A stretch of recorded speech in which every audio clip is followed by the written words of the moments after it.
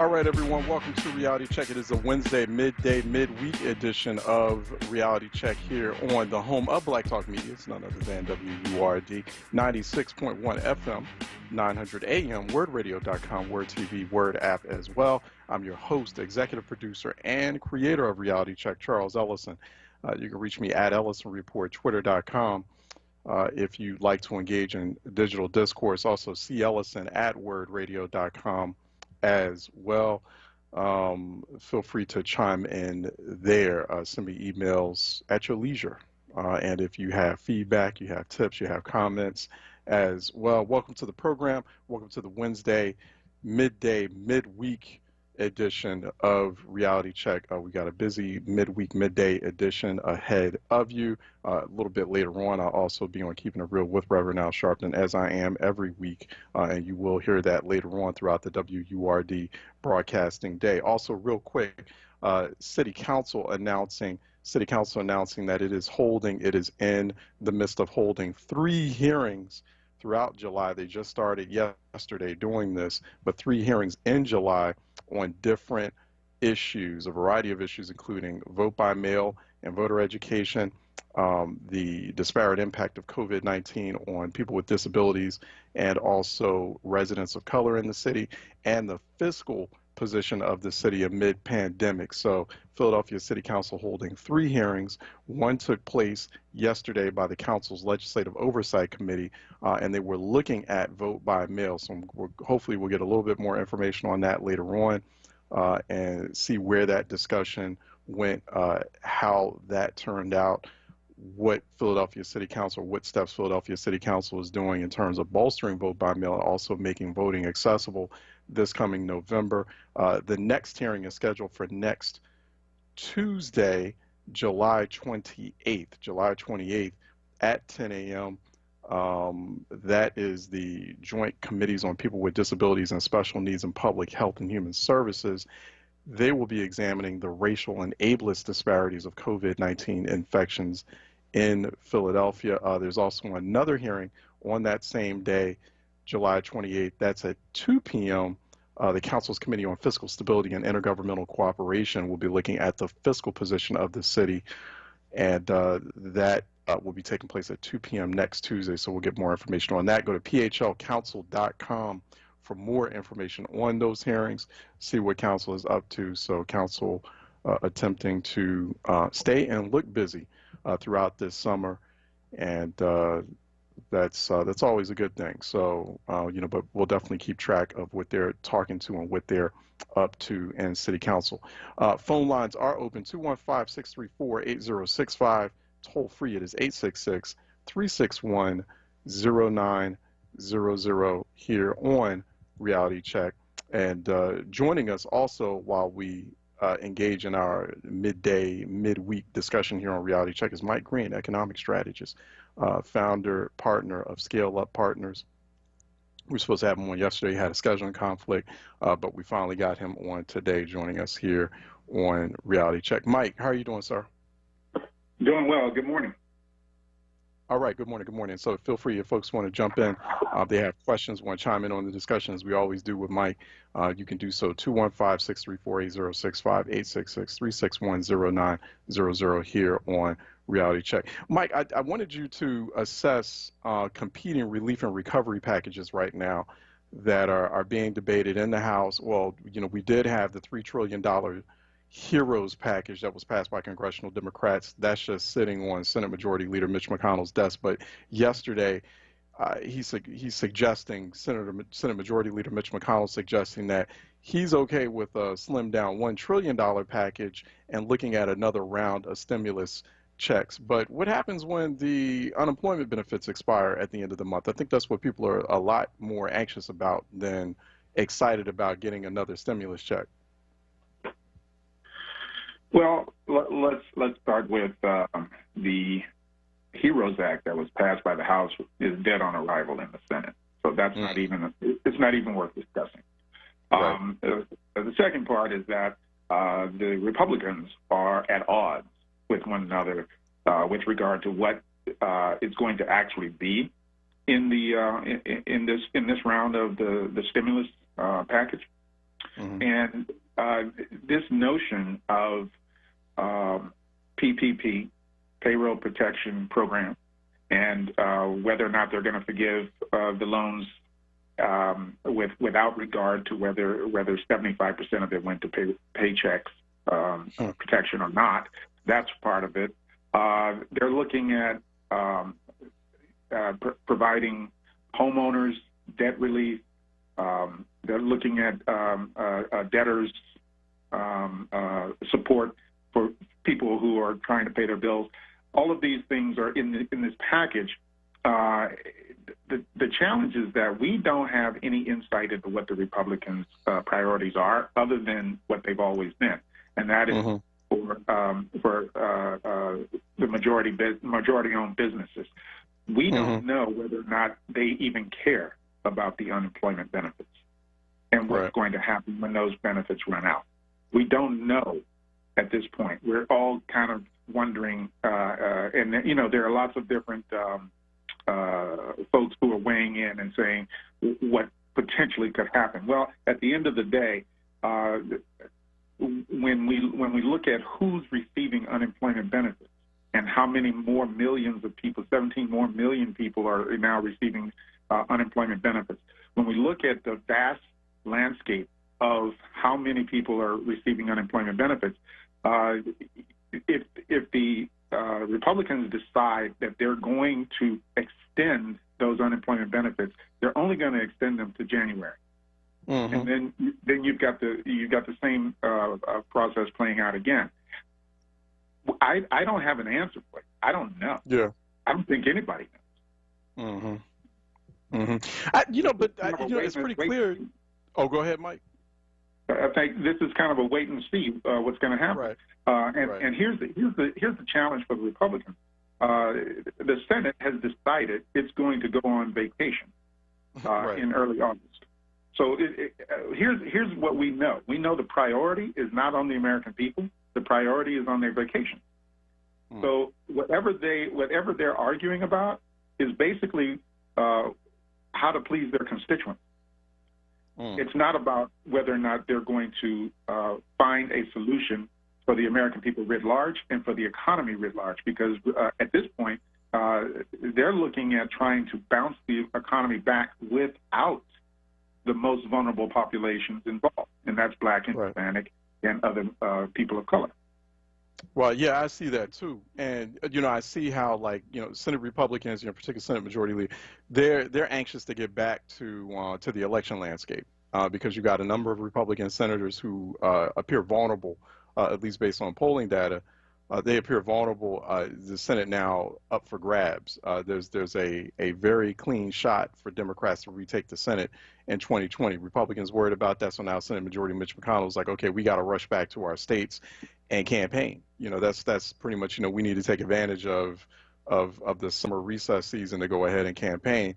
With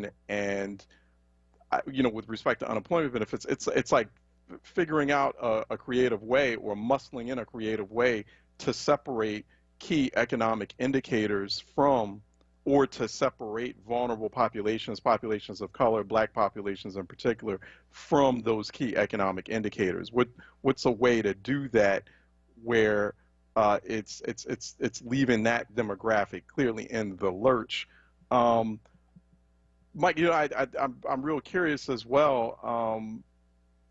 Where do you kind of see this going in the context of the election and how voters react and respond to it, right? Like do voters even see that? Do voters even care? I mean, voters right now, most voters especially right now, are in so much economic pain and hurt. I mean, in some ways, it's like the economic pain they're going through, that's a voter suppression tool too. So that adds another layer of worry in terms of people being discouraged to go to the polls or not even thinking about the polls or thinking about the election at this time.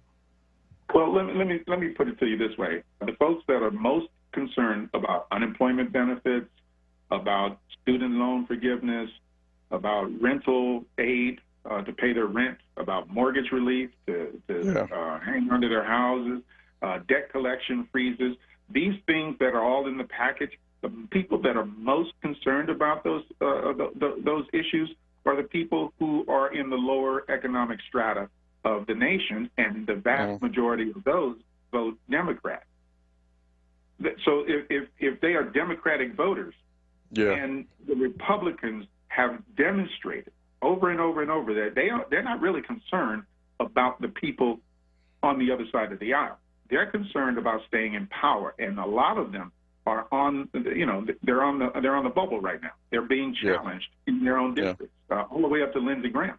So they're looking at what their constituents are most concerned about, and that's what their focus is on. And that's really like payroll protection for businesses, so that they can grift some more off of that. They're looking at cutting payroll taxes. I mean, these are the kinds of issues that are most important to them and their constituents, and they have to satisfy their constituents that they want to stay in power. So this is really all about politics and power. This is not really about salvaging the economy and saving the American people. And so I would not put a whole lot of stock in what the Republicans are going to do to support the American people writ large. Yeah. Even though they're saying, I mean, there's plenty of data out there. There are plenty of studies, research showing that unemployment benefits don't just help the people receiving them. Unemployment benefits help the economy. I mean, that can help keep the economy afloat, because 3/4 of the economy is consumer-based. It relies on consumer activity. It relies on people buying things. So if people don't have money, they can't buy things. They can't contribute to the economy. Well, see, here's the problem with your argument, Charles. You're using logic. Right. Like, I don't get it. So, I mean, no one wants to stay on unemployment forever. No one wants to do unemployment in the first place. And unemployment doesn't prevent people or doesn't lock them into a cycle of laziness where they don't want to look for a job. In fact, I mean, the research shows, research just showed, I think it was like the Chicago Fed just recently said, hey, our studies show that getting extended unemployment benefits or an extended stretch of unemployment benefits actually drives people to look for work. It's actually like driving them more and more, like they're twice as likely to want to look for work, because they don't want to be in that. They don't want to be in the, drawn into the uncertainty of an unemployment benefit. They know it's only going to last but for so long, so they're scrambling to find a gig. So that's not a problem at all. Hey, real quick, Mike, I did want to ask you about, with the passing of John Lewis over the weekend, people still reflecting on that and mourning his passing, but his mourning's also become something of a something of a lightning pole for controversy, right? And it shouldn't be, but it has. And there's a lot of reflection on what he stood for, what he fought for till his dying breath, but also there's a lot of reflection on the status of black leadership, and where that's headed now. In your mind, what's going on with black leadership? Because there's been a lot of discussion, a lot of chatter about that, especially over this summer, during this summer of unrest and pandemic. Well, it's a good question. It's a question that I've been talking with a lot of folks about. When Elijah Cummings passed, there was a lot of fanfare around it, but guess what? Not much changed. With John Lewis's passing, we're having the exact same conversation, and not much is going to change. And here's the reason why. There is no strategy or vision or plan for Black America writ large. There used to be, but there isn't. And the one that there used to be, no one talks about. There is not a single leader in Black America today that talks about Martin Luther King's Negro American Revolution that had three primary focuses. One, end desegregation in schools. Two, end discrimination in housing. And three, end discrimination in banking and access to capital. All three of those are still being, they're underpinning, they're undergirding all of the protests, all of the problems that we still experience to this day. And right now, when we're talking about this stimulus package, nobody's talking about the status of the school. Ubiquitously, all of the worst schools in this country serve Black and brown kids. That is crazy. Those are the most needy kids in the nation, and we give them our worst quality schools. We pay our teachers salaries that are so low that there's an attrition rate that is growing in the teacher rank. 80% of the teachers are white anyway, so the diversity is a problem. STEM education is almost non-existent in Black and brown communities. So how are our kids being prepared and equipped to get high-paying jobs in the next 15 to 20 years in this tech-based innovation economy? They're not. So we're not even talking about these issues, and we're not talking about home ownership, which is at the lowest rate since the 1950s among Black Americans. We're not talking about the growth of employer companies among Black Americans in growth sector industries. Well, these are the kinds of issues that Dr. King was talking about. So when we look at the Edmund Pettus Bridge and we see John Lewis and we see the problems that they were addressing around voting, the voting was a pathway. It's not a means. It's not an end to itself. It's a means to an end. It's the way we get power in Congress so that we can appropriate the kind of funding to the issues that we care about, and that's school quality, that's housing quality, that's banking and access to capital so we can grow businesses, so we can own our homes, so we can establish a more productive and comfortable way of life. We're not talking about those issues. We just keep talking about voting as though voting is the end result. It's not. It's a means to an end, and we need to start focusing in on the issues themselves and start to cultivate this narrative around America that we need to have the highest quality schools in our most needy areas, serving our most vulnerable kids. We need to have quality homes and communities and safe communities, not just for white folks, but for us too. And we need to have access to capital in ways that we have never had before, because we are born out of generational poverty. And so therefore we need a different system, not to be included in their system, but to have a different system that addresses the unique needs of the most vulnerable populations in this country. I don't hear anybody talking like this. Yeah. Do you? Yeah. I don't, not having a plan. I mean, right now it's just like the mass crime. Well, of course it is essential, for people to go out and vote and get mobilized to vote. But like you said, I mean, that's just like one tactic in a larger strategy. And I don't get that sense like people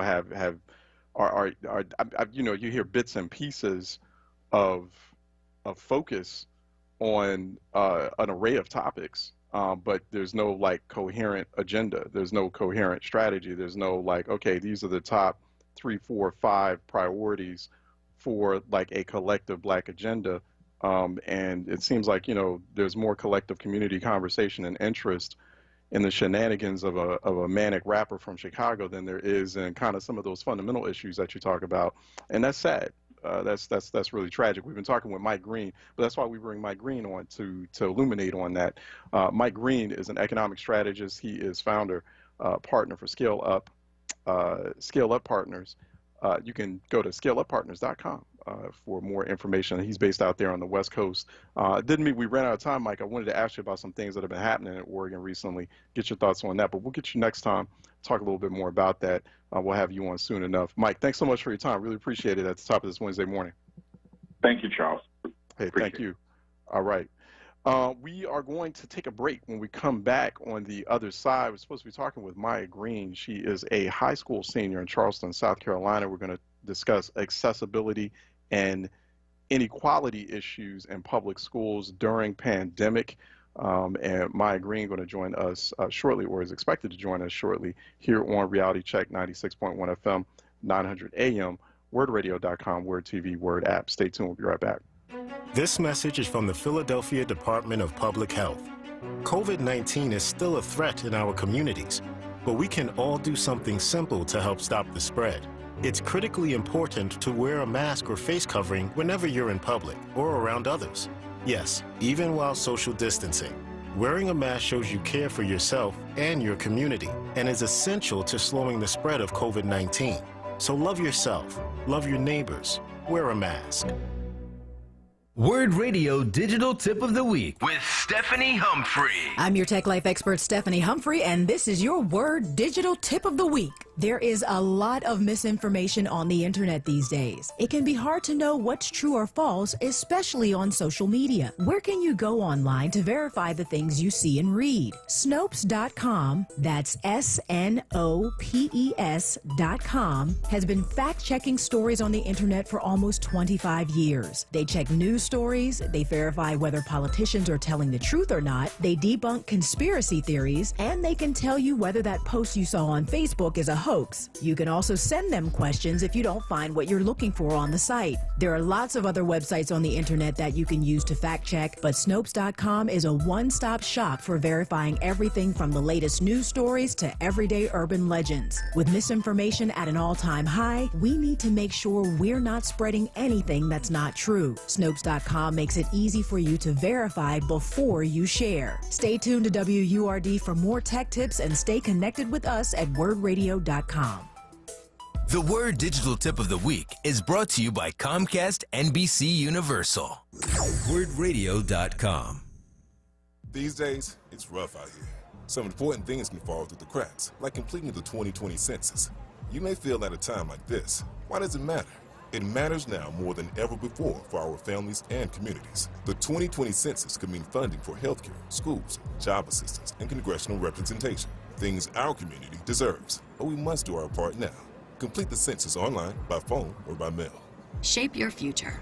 Go to 2020census.gov today. Paid for by U.S. Census Bureau.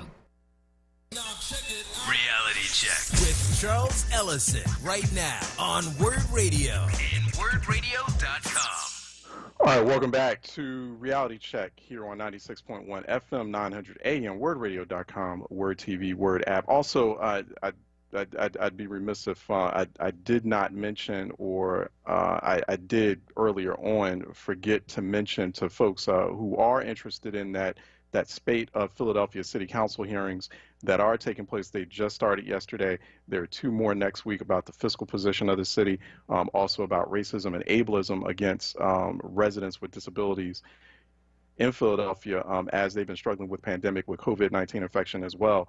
But if you are interested in providing testimony for those hearings next week, you can call 215-459-4980 for these COVID-19 impact hearings, or you can email Frank Iannuzzi, frank.iannuzzi@phila.gov by Monday, 3 p.m. on July 27th. Also, speakers wanting to give testimony on the fiscal position hearing should call 724-552-7379 or email Laurel Gerbach, that's laurel.gerbach@phila.gov by 3 p.m. on July 27th. Go to phlcouncil.com for more information on those hearings. Very important hearings for Philadelphia residents.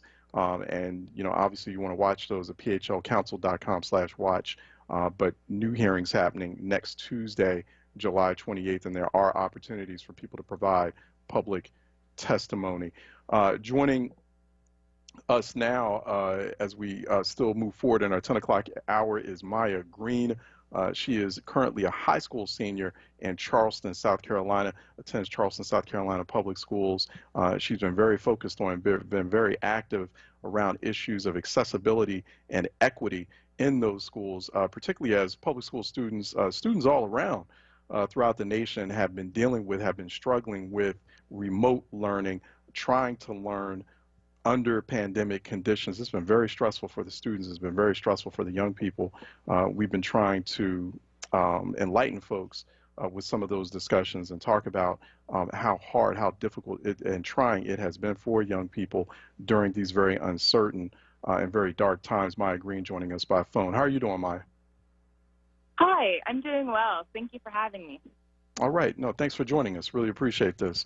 Thanks so much. So in South Carolina, and I've got family from South Carolina, been in South Carolina on many occasions, but I know that South Carolina has always dealt with high poverty, right? Especially high black poverty and a high rate of disparities along all indicators. And what's been different these days? I know South Carolina right now is dealing with a spike or an increase in COVID-19 infections. That's got to be very difficult for you and your peers and your family there. But what's been different these days, you think, in terms of how South Carolina disparities, especially in education, have been manifesting themselves from what it was like pre-pandemic? Yes. Well, South Carolina does have a lot of issues with education, especially, where education intersects with race and, socioeconomic status. And so a lot of those disparities, it's been happening across the country, but a lot of those disparities have been highlighted by the pandemic, which is, obviously primarily affecting Black and Brown communities. And so I think there's a lot of stress in the state. Obviously our cases are spiking. And then just last week, our governor recommended that all schools open for 5 days a week. And so there's definitely a lot of discussion about how schools can reopen in a way that, prioritizes family and is safe for teachers and is also equitable, since there are so many existing inequities in our state. What that decision to reopen schools in South Carolina, and that's a decision that's being made everywhere by a lot of school districts. Some school districts saying they're going to reopen and they're forcing students back into the classroom 5 days a week. And we've seen in recent days school districts reverse those decisions. Do you think that would happen in South Carolina? I'm real curious, Maya, too, like the sorts of between a rock and a hard place decisions that families have to make, like parents have to make, because some parents still have to work, right? Or they need to search for work. Right. And it's like they can't have their young people or their kids at home all day. So it's like, I want them to stay home because I want to protect them from infection, but then what are they going to do? Who's going to watch them when they are home, right? Right. So I think that's a really important point, and one that our Governor McMaster, kind of failed to, acknowledge, is that he talks a lot about choice, parents having the choice between virtual and in-person, and that it was really important that schools open in person so parents could have that choice. But I think that fails to realize, like you said, a lot of working parents who really don't have a choice. South Carolina doesn't really have like a federally mandated or a statewide mandated, paid leave or paid sick leave or anything like that. And so parents who are kind of forced to work for their family's livelihood kind of have no choice but to send their kids back.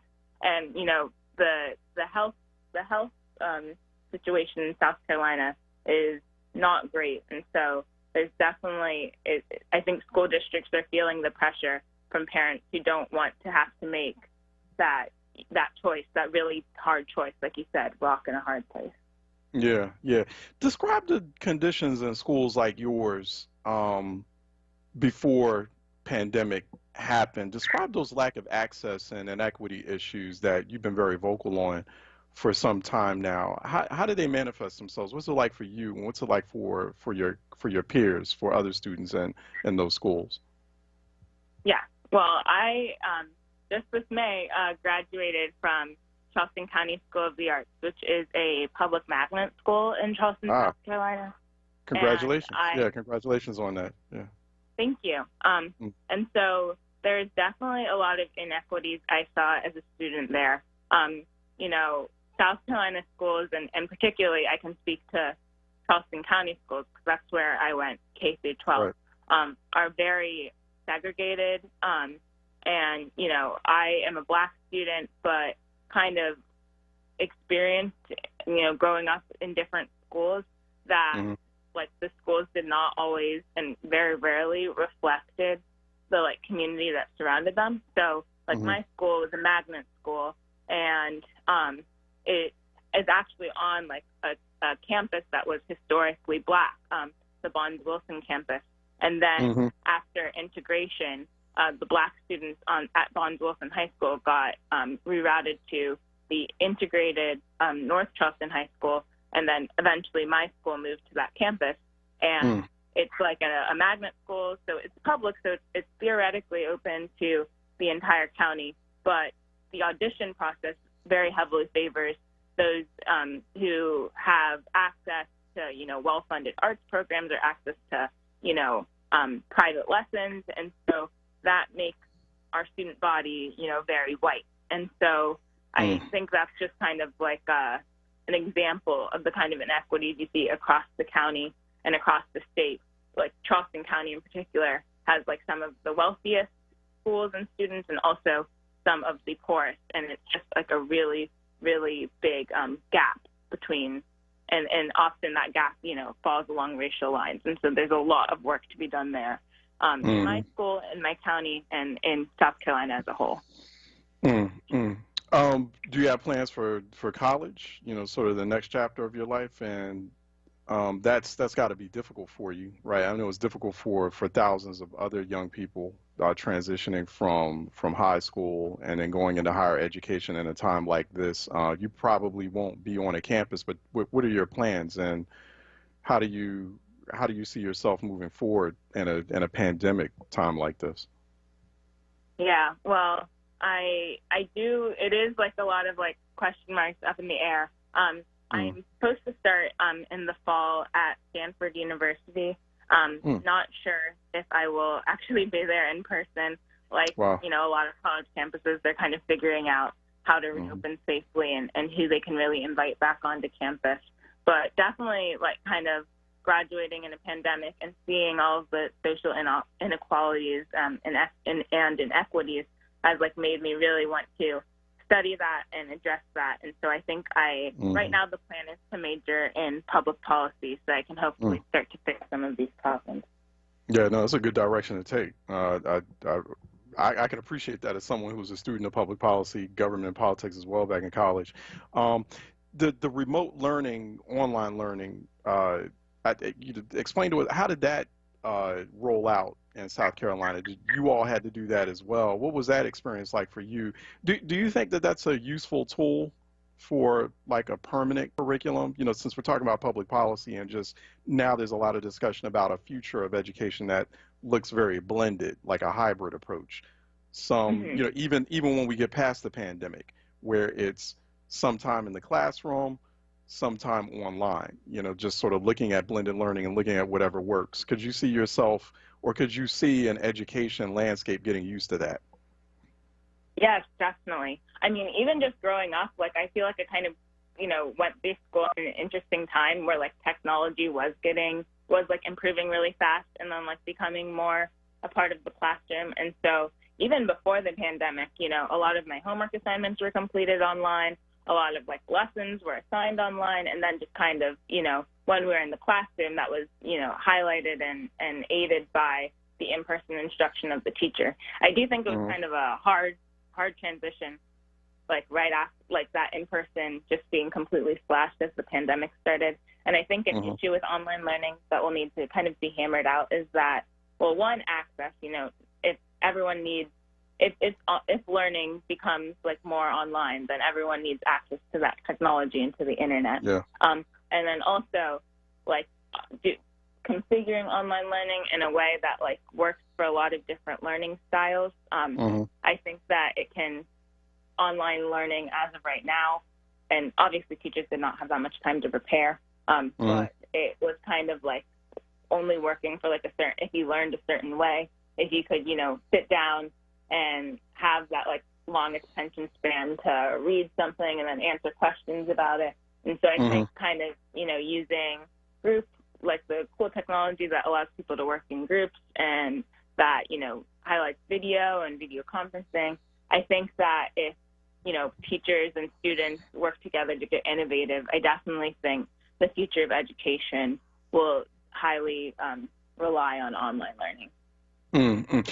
The educators, like the teachers, the administrators, as you saw them scramble to do things differently in a time that was dark and uncertain and quite crazy for everyone, and it was unprecedented on a lot of levels for all of us, and so we all had to think very quickly and creatively and come up with new methods of operating and managing spaces. But looking at the educators and teachers, like at a school like yours, and looking at what was unfolding as you're talking to your peers in other places and other schools, did the educators, do you feel like they recognized the disparities that you've been focused on and talking about? Did they recognize these disparities a bit better?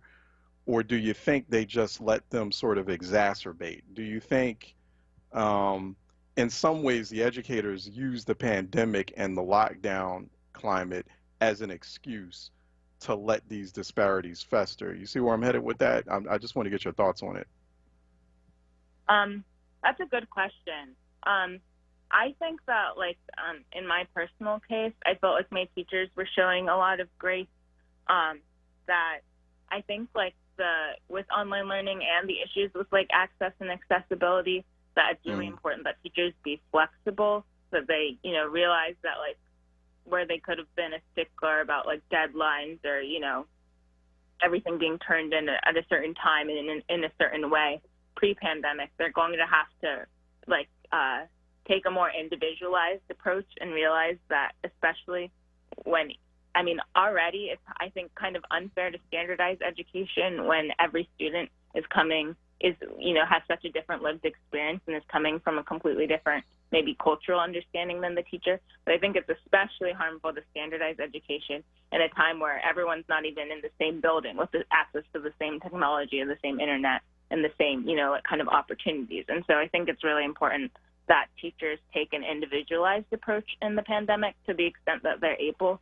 And I felt like my teachers did a good job of that. I'm sure, you know, with all the issues the education system has, that there were some educators that, you know, maybe allowed, like you said, some of these, like, divides to exacerbate. But for the most part, I had a really good experience with my teachers. And I think that, you know, just prioritizing students and, like, letting students, you know, inviting students to, like, share their experience and share what they need, I think students, you know, will rise to the occasion and can really, like, help teachers kind of figure this out together. Excellent. Maya Green is a graduating high school senior from Charleston, South Carolina. She is planning on attending Stanford University. That's impressive. In the fall, so we'll see how things turn out. I please, Maya, let your parents, let your family know that they've done a wonderful job. Impressive, and you're definitely on a good path. So I don't believe that this will be the last time that we hear from you. So really appreciate your time this morning here on Reality Check. Really appreciate it. Good luck to you. Thank you. You too. All right. Take care. Be safe. Okay, we're going to take a quick break. When we come back on the other side, we're going to be talking with Brother Terrain Walker, writer, documentary filmmaker, also creator of Context Media, Torin, excuse me, I mixed his name up in terms of pronunciation, but Terrain Walker is going to be coming up next. Some of you might know him out there. He's very visible and very vocal on social media, and we have him here on Reality Check. This morning, we're going to talk about black men speaking up. Black men speaking up. That's the next topic here on Reality Check. Let's take a break, and we'll be right back. Dietz & Watson has been making premium meats and artisan cheeses for over 80 years. And when it comes to stacking sandwiches and party platters, they've got something for everyone in the family, like maple honey turkey breast, American cheese, buffalo chicken, and more. So get to your local deli and taste 4 generations of family recipes. With Dietz & Watson on the table, you'll have everyone coming back for seconds and thirds. Dietz & Watson, it's a family thing since 1939. Are you looking for financing for your business? Well, the doors are open at New City Commercial Capital. For businesses in a position to grow, we are offering 100% financing for commercial real estate purchases. That's no down payment, no closing costs, absolutely no money out of pocket. Plus, the CARES Act will pay your mortgage payment for the first 6 months after closing. Do not procrastinate. This program ends August 1st. Give us a call today at 484-454-3592. New City Commercial Capital. Financing solutions for today's commercial customer. Support independent black media and join the onWURD movement now at 215-425-7875 or visit wordradio.com. Recovery starts with a call. Pennsylvania's substance use disorder hotline is staffed by real people who are trained to help. They're here 24 hours a day, 7 days a week. They'll get you or your loved one into treatment regardless of your access to insurance. If you or someone you know is suffering from addiction, call 1-800-662-HELP. Recovery starts with a call. Paid for with Pennsylvania taxpayer dollars. Reality Check with Charles Ellison right now on WORD Radio and wordradio.com. All right, welcome back to Reality Check 96.1 FM 900 AM, wordradio.com, WORD TV, WORD app. When you were listening in Philly proper, Greater Philly, Delaware Valley, it's 96.1 FM, 900 AM, but throughout the nation, throughout the world, it is definitely a live and very robust stream at wordradio.com and Word TV. Many of you listening in, I see you. Thank you so much for listening in this Wednesday midday edition on our Facebook live stream on Word TV. So definitely appreciate you. And, we'll continue to keep you updated on all the latest. And we'll get to your comments and also some of your questions as well in a little short order. So I do appreciate everyone's patience. Joining us now is Taryn Walker. Taryn Walker is a writer, documentary filmmaker, editor, and founder of Context Media Group. For more information, go to contextmedia.com. I hope I have that correct, Taryn. You can correct me if I didn't have that website correct, but also you can get Taryn, you can engage him. He's highly engaged on social media, particularly on Twitter, at Taryn Walker, and that's TORRAINE Walker, at Taryn Walker for more there. He's got some terrific insights, very controversial insights, and I finally got him here on Reality Check. Hopefully, he won't be a stranger. Brother, how are you doing? Thanks for joining us. I'm doing well, Charles. Thank you for having me on.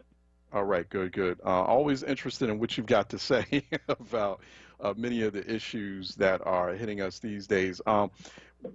Lot of conversation about Nick Cannon. He was fired from Viacom CBS for his podcast interview with Public Enemies, or former Public Enemy member Professor Griff. Deshaun Jackson of the Philadelphia Eagles also reprimanded for his social media post on quoting Hitler. And so what do you think is going on here? Because you talked about this and speaking out of turn in your recent blog at Context Media, that there is something much larger, something much more sinister and nefarious here with respect to black men who speak up or who speak on controversial issues that are treated as taboo.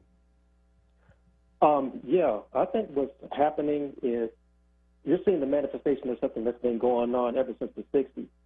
A lot of times when there's social justice issues that happen that disproportionately affect black males, automatically organizations form and all these people show up and sort of like basically say that, this is horrible, this is what's happening, but they don't really want to listen to black people. They don't want, especially don't want to listen to black men.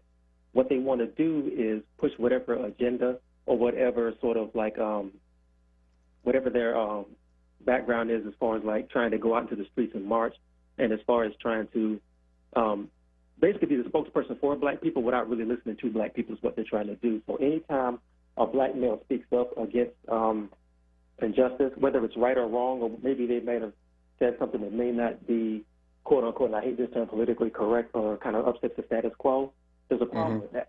Because a lot of people really have an issue with black males speaking up and exercising their freedom of speech. So I think that's what it is. I think that's the main part of it. What are some of those, so talk about what's transpired, like with Nick Cannon, with Deshaun Jackson. There's some other recent incidents as well. What are those high-profile incidents that stand out to you where black men are silenced? Like there's this sense that black men are being silenced. Why? And it's deeper than that. And you've talked about that, like, and how black men are silenced, not even just the public media figures. It's just on a daily routine basis. Yeah. Well, one of the main ways you've seen that is going back to what I said earlier about all the conversation and all the uproar about police brutality against black males. Right. We've all seen the videos, we've all seen the footage, and we've seen them on cell phone videos for the past 5 to 6 years. What happens is the minute an incident gets highlighted, the people who are directly affected by it never get a chance to speak. You get, you get professional protesters who show up to every city where something happens, and they automatically start talking about everything that has nothing to do with the reason why people are in the streets. And it's an issue that affects black men, but it also affects black women too. And it also affects working class and poor black men and women because they almost never get to speak outside of street interviews where they're expressing their emotions, which is valid, but they never get invited to, the town halls. They never get invited to cable news shows. It's always the people who are upper middle class or come from an academic background who have no connection to people on the ground. And that's the issue. Yeah, you talk about this in Speaking Out of Turn. I'm quoting you here, what you were writing earlier. And folks can go to contextmediagroup.com. That's my fault. That's the website they should go to. And it's Speaking Out of Turn is another really good column called the Negro Whisperers that folks should read if you get a moment. The goals of pro-blackness change from socio-political independence and speaking truth to power to prioritizing proximity and dependence on whites, to the point that any theories and scholarship created by black people generates hostility from black people. Because, you get the sense that that isn't the case, particularly with social media. You've got these very ubiquitous platforms which amplify numerous voices in the black activism, advocacy, and political space. So it seems like, there's a lot of pro-blackness. There's plenty of pro-blackness to go around, but it's not working out that way, is it? And so to the point where even there's hostility, like especially when certain black men, even I've seen this happen with you, when they speak out, you get targeted, and it happens fast. Well, like I said, there's the appearance of pro-blackness, and a lot of people are caught up in the images of what pro-blackness is. If your hair is natural, if you're wearing like a shirt with a black power fist on it, and you're using all the right buzzwords, you can push a lot of things through the media that people will swallow because they're not going to engage with it any further than that. But once you get into this situation where you are a black person, you've been given a platform, and you're allowed to speak on black issues, but nobody really checks on the fact that maybe you're not really as connected to the black community and to the black collective as people think you are, just because you may look like it.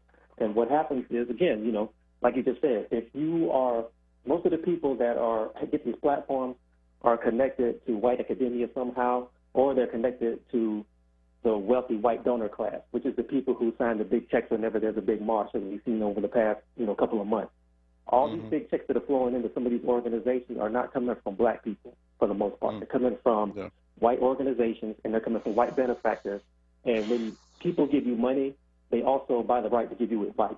And they also they buy the right to direct how your conversation goes. So if you are a working class black person or a working class black man, and you want to speak to issues that affecting you that are far removed from academia or academic theory, you automatically shut it down. It happens all the time. You see it.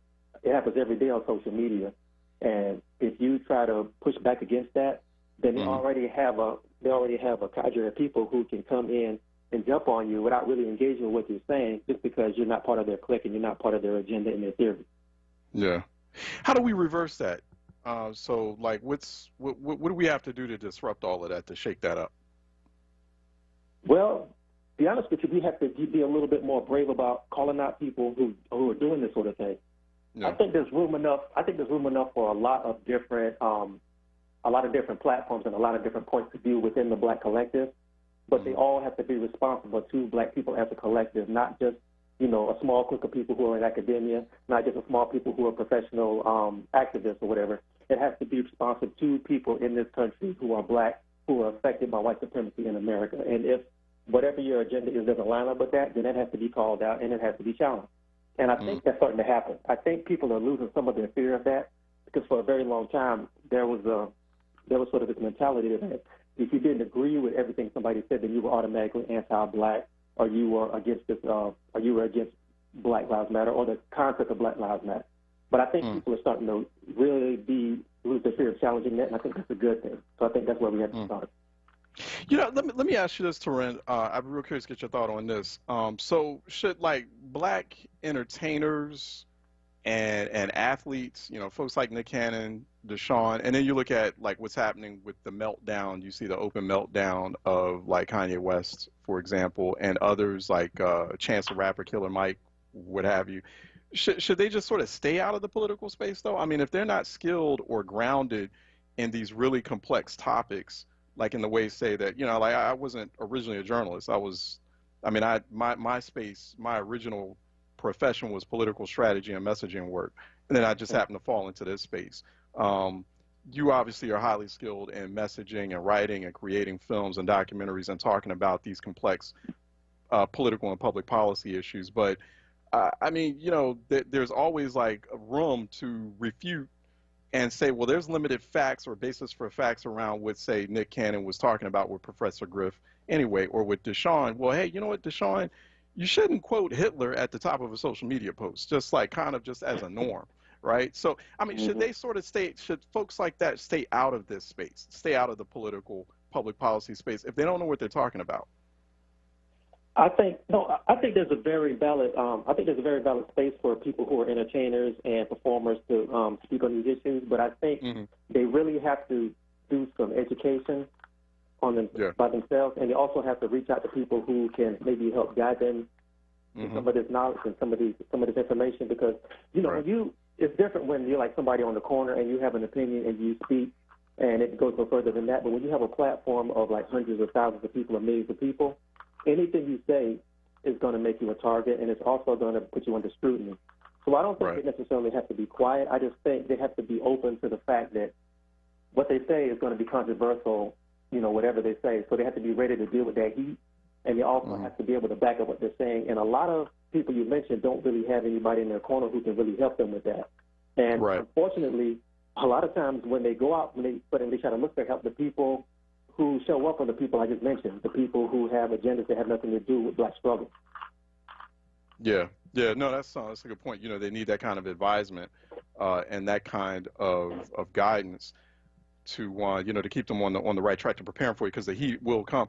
I also want to get your thought. I got you for a couple more minutes, Torin. We're talking with Torin Walker, writer, documentary filmmaker, also founder, president of Context Media Group. Go to contextmediagroup.com for some great insights. What about this tension that you see between black men and black women? A lot of it's unnecessary, but it's there, right? And a lot of it's grounded in what we were just talking about over the past several minutes. Oh, I got a lot to say about that. I think a lot of these conversations are valid conversations, and they need to be had. But also, a lot of these conversations are driven, again, by people who have no real connection to the black community. Is there a history of black women being marginalized in certain spaces? Absolutely. Is there a history of black women maybe not being acknowledged or being respected as much as they should? Absolutely. But this whole issue that people are trying to sell that black men are predators and that black men are responsible for that is false. And again, it comes from people who don't know the culture. A lot of that comes from white feminism. White feminism is basically white women struggle with white men for domination of everybody else. And one of the main tenets of that movement is that all men are predators. But the people who are pushing those agendas are really talking about the men that they grew up with and the men that they're married to and the men that they deal with on a regular basis. Those are white men dealing with white women. When you go into the academy, 90% of what you're going to hear is most of that agenda, and the majority of people who are in college right now in the black community are black women. Not to say that the black women don't have a right to speak on their issues and speak on injustice, but a lot of what you're hearing is really just white supremacist rhetoric pushed through a white feminist agenda and brought back to people who, again, don't know the culture. So I think those conversations need to be had among black men and black women, but I think they need to be taken out of the public arena and they need to be had amongst themselves, maybe away from everybody. So as far as all I got to say about that is I think that whole situation needs to be addressed and it needs to be remedied. It's not good. And I think it's really not beneficial for black people as a collective. I think it benefits people who are outside of our culture to see us fighting like this. Yeah. No, I agree with you on that. Definitely, Torin, we're going to have you back. We just went to break, unfortunately, so we're going to bring you back a lot more frequently. Torin Walker, writer, documentary filmmaker, editor, and founder of Context Media Group. Go to contextmediagroup.com. Check out his latest piece, Speaking Out of Turn. Also, the Negro Whisperers. That was an interesting piece as well. Yeah, we didn't get a chance to talk about that, but we're going to bring you back a lot more frequently. I'm glad we finally found a scheduling stride and to bring you on. Go to @Torin Walker, @TORRAINE Walker. Follow him, engage him. If you're not already doing that, he's on twitter.com and highly engaged, and he's been joining us here on Reality Check. Torin, thanks so much for your time, brother. Really appreciate it. Thank you for having me on. I'll be happy to come back. Excellent. All right. We look forward to it. Torin Walker, Atlanta-based. Go to contextmediagroup.com for more information. Okay, let's take a break. And when we come back on the other side, we're going into an onWURD segment with Brandy Callander, former Obama administration official and environmental lawyer. We're going to talk about the National Environment Protection Act that is being eliminated as we speak. So we'll get some more information and context on that coming up in the 11 o'clock hour here on Reality Check 96.1 FM, 900 AM, WordRadio.com, Word app. Stay tuned. We'll be right back. If you want to start your morning with mindfulness, motivation, and inspiration, tune in to Daybreak with me, Helana, here on WURD Radio, Monday through Friday from 6 to 7 a.m. I'm a health and wellness coach with over 15 years experience helping people to transform their lives. On the show, we talk health and wellness 360, from getting your mind right to getting your money right. So let's rise and shine together right here on WURDradio.com, 96.1 FM, 900 on your AM dial on Daybreak every morning. Do you need health insurance for your children? The Children's Health Insurance Program, also known as CHIP, provides quality, affordable health insurance for Pennsylvania kids. CHIP ensures that kids can go to the doctor, receive health screenings and vaccines, and get what they need to live a healthy childhood. Families can be covered by CHIP no matter how much money they make. If you've experienced a recent change in employment or income, CHIP may be a good option for your family. Visit chipcoverspakids.com to apply or learn more. Paid for with Pennsylvania taxpayer dollars. Listen to Laborers Live. We created the weekend. We created the 40-hour work week. We just want enough to feed our family, be able to send our children to college, and let our next generation do better than we did. To people that might have forgot how important unionism is in a country like the United States. People now infringing on our 8-hour workday, kind of work people more than 8 hours without overtime, kind of work people without benefits. In the long run, everybody's getting fat paycheck except the worker. So this is really a wake-up call for America. The struggle is continuous. Tune in to Laborers Live every Friday from 4 to 5 p.m. Sponsored by LESIT, the Laborers Employers Cooperation Education Trust of the Laborers District Council of Philadelphia and vicinity. Local 332, Sam Staten Jr. Business Manager. Local 57, Esteban Vera Business Manager. Local 135, Dan Woodall Jr. Business Manager. Local 413, James Harper Jr. Business Manager. The Laborers District Council, Ryan Boyer Business Manager, and Tony Staten, Executive Director of LESIT. This message is from the Philadelphia Department of Public Health. COVID-19 is still a threat in our communities, but we can all do something simple to help stop the spread. It's critically important to wear a mask or face covering whenever you're in public or around others. Yes, even while social distancing. Wearing a mask shows you care for yourself and your community and is essential to slowing the spread of COVID-19. So love yourself, love your neighbors, wear a mask. Lifting every voice till earth and heaven ring. This is Word Radio, 96.1 FM and 900 AM WURD Philadelphia. Black Talk Media. Reality Check with Charles Ellison right now on Word Radio and WordRadio.com. All right, welcome back to Reality Check. We're heading into an eco-word segment where we discuss issues at the intersection of environmental justice, race, and income. Brandy Calander, who is a former Obama administration official, an environmental lawyer, and expert on the National Environment Protection Act, joins us. She also serves as the chair of the board of directors for the District of Columbia's Green Finance Authority, and she's on the Leadership Council for the Yale School of Forestry and Environmental Studies. Brandy joins us by phone here on Reality Check for our eco-word segment. Brandy, how are you doing? I'm good. Thank you for having me today.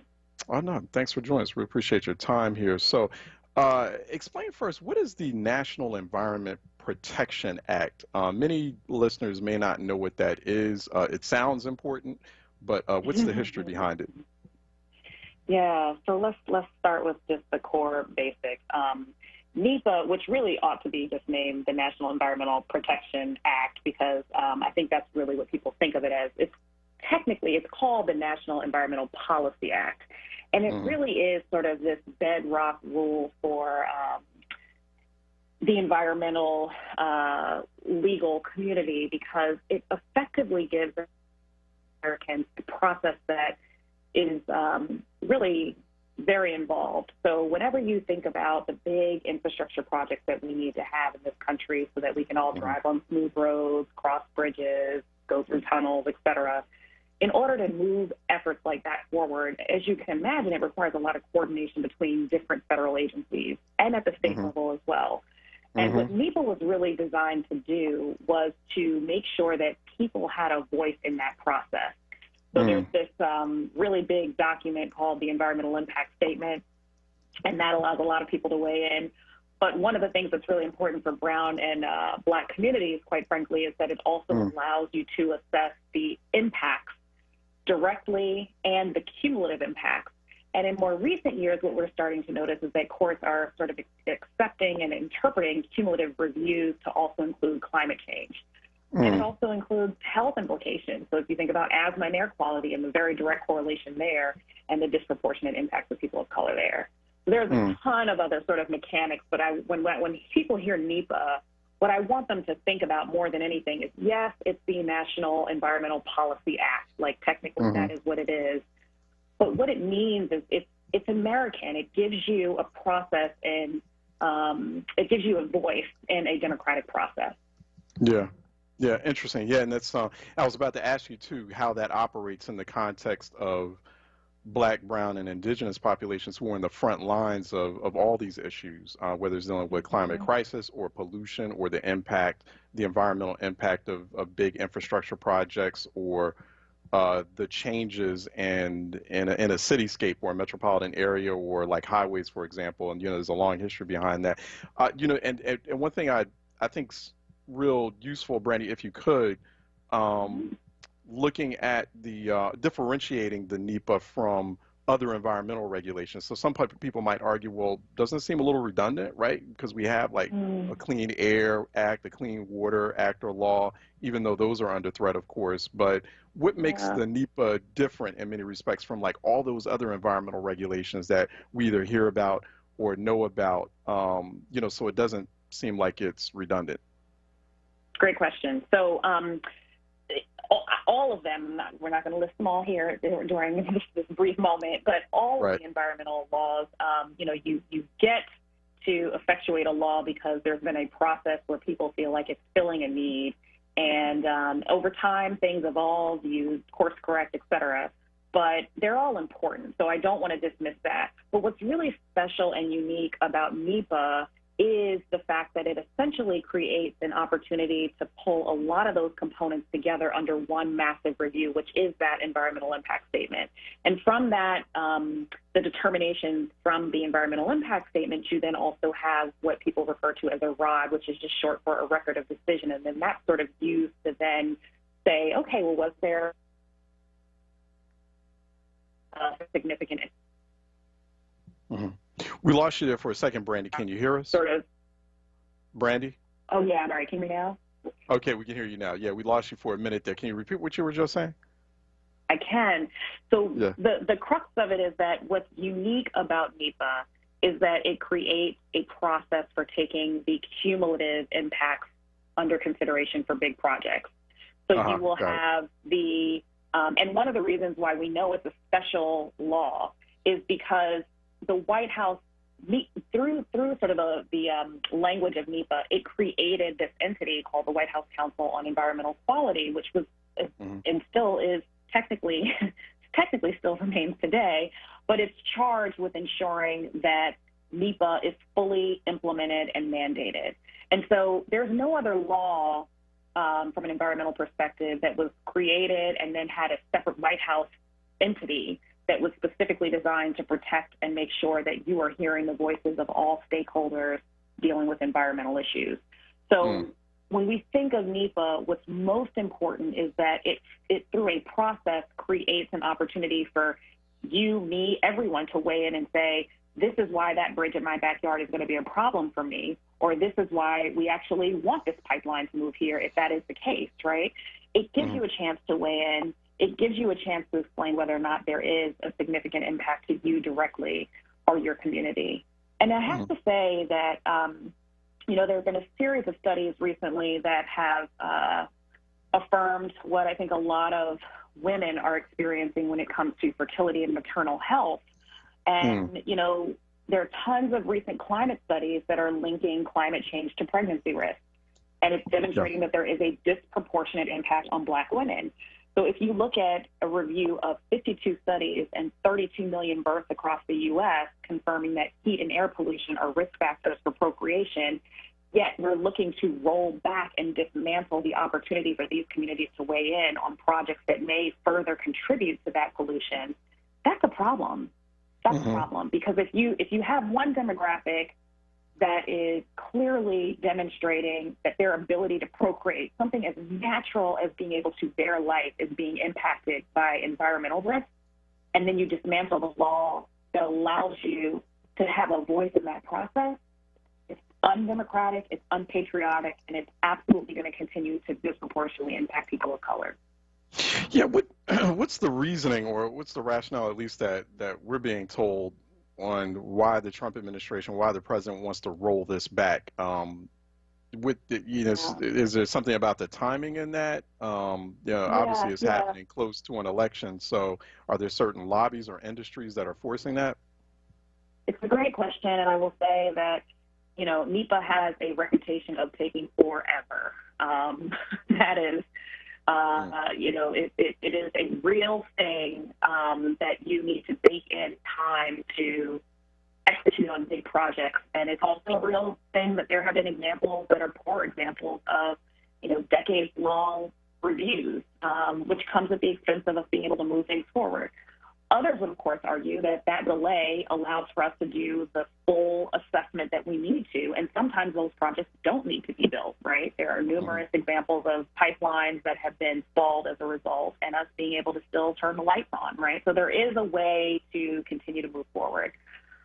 It's hard to not mix policy and politics rather, and science these days, but I want people to focus on the issues and focus on the noise and not the music. Yeah. There is an opportunity to streamline and to make the regulatory certainty more of a focus with respect to NEPA. There is absolutely a way to do that. And during my time in the Obama administration, we worked very closely on doing just that.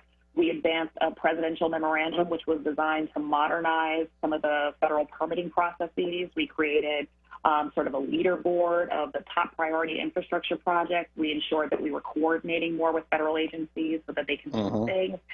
I sort of reconvened a lot of the environmental justice workers and sort of like lead in the federal agencies, brought them to the CEQ and the White House so that they could reconnect and figure out how do we make sure that projects like the Bayonne Bridge, for example, or any other project where we're hearing things on the ground and they don't feel heard, that we're helping to facilitate that. So, bridges and tunnels and all of these things were built before Trump was in office. Somehow we found a way, and I am quite confident we will sometime in future presidencies, right? But I think what we have to really ask here is, what is being framed as the reason, juxtaposed to what do I have the ability to do moving forward to make sure my voice is heard? And the thing that's hard about issues like this that feel nuanced and technical and you don't really know how to fight back is you have to understand the correlation and the causation. If NEPA gets dismantled and people of color especially do not have a chance to weigh in, or courts no longer have the cumulative impact assessment hook to be able to understand the climate change implications, people will continue to suffer, but they won't be able to create accountability around that suffering. And that's the opportunity that I think we have now. There are tons of really fantastic environmental organizations that focus on this work day in and day out. And I just would really encourage people to reach out to their congressional leaders to make sure that they know this is on their radar. They start to pay more attention to what this means, like from a, what's happening in my own backyard perspective. Make it look, because bridges end up in someone's community, right? Tunnels, roads, they're all in our backyard. So we have to care. Let me, if you would, too, Brandy, and if folks are just now tuning in, we're having an EcoWord discussion with Brandy Colander. Brandy Colander is at B Colander as well on social media, on Twitter, if you'd like to engage her there or follow and see what she's up to. She's a former Obama administration official, also prominent environmental lawyer who has worked on these issues for quite a long time, is an expert on the National Environment Protection Act, and she sits on the Leadership Council for the Yale School of Forestry and Environmental Studies, joining us here on our EcoWord segment on Reality Check. Brandy, where's the disconnect in that conversation. However, there seems to be this disconnect between like the influencers in that conversation or experts like you and the conversations and the realities that are experienced by people in the grassroots. You know, that disconnect. I find myself frequently pondering that disconnect between the grass tops and the grassroots, right? And so like people like you and I are having these really important and essential conversations about environmental justice or about laws like NEPA,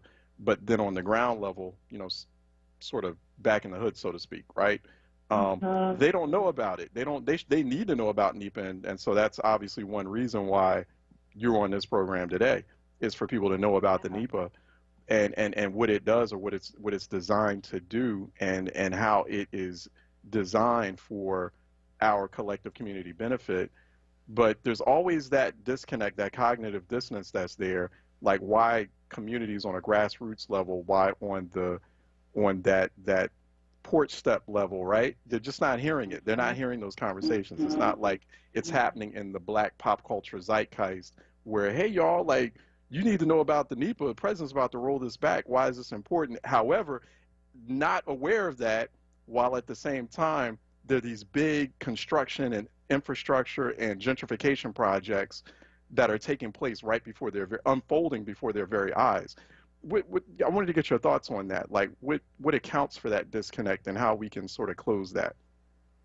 It's an astute observation, and I appreciate you raising it. It is a real thing, and it speaks, quite frankly, to the uncomfortable dynamic of race in America. I'm just gonna cut to it. You know, this is a time where we are having a moral reckoning in our country around what it means to be Black in America, and I'm specifically focusing on the Black component here, appreciating the importance of inequity across all demographics.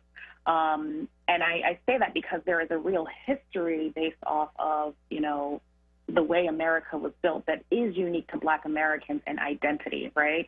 And then we have our brown brothers and sisters and AAPI and LGBTQ, but the tent continues to grow, and we need one another.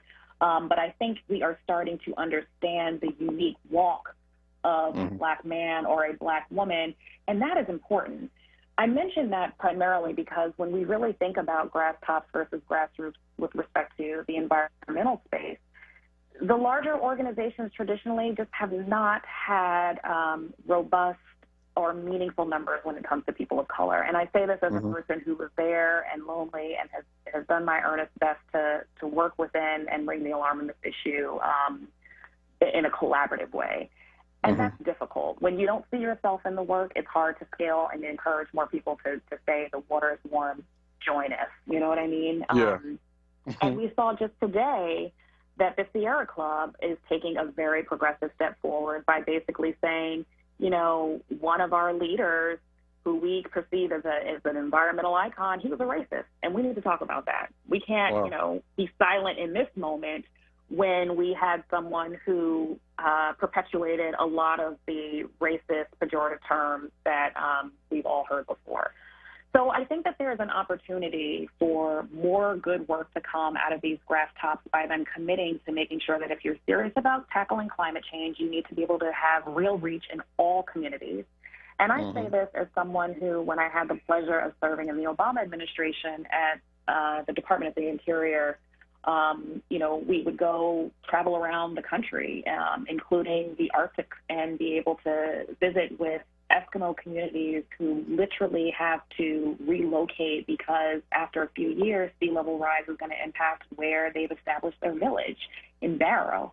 That is an important voice that also needs to be heard.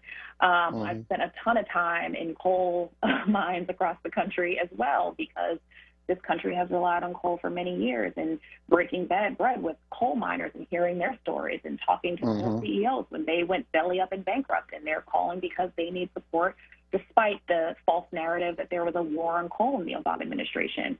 We were responsible for drafting the Reclaim Act, which was designed to put $1 billion into coal country to help them retool because natural gas was just beating the brakes off of coal, right? So I think being able to provide platforms to folks who have the experience and can speak to these issues break barriers, pull diverse groups of people together is the work that has not always been executed by these larger grass tops that tend to have more resources.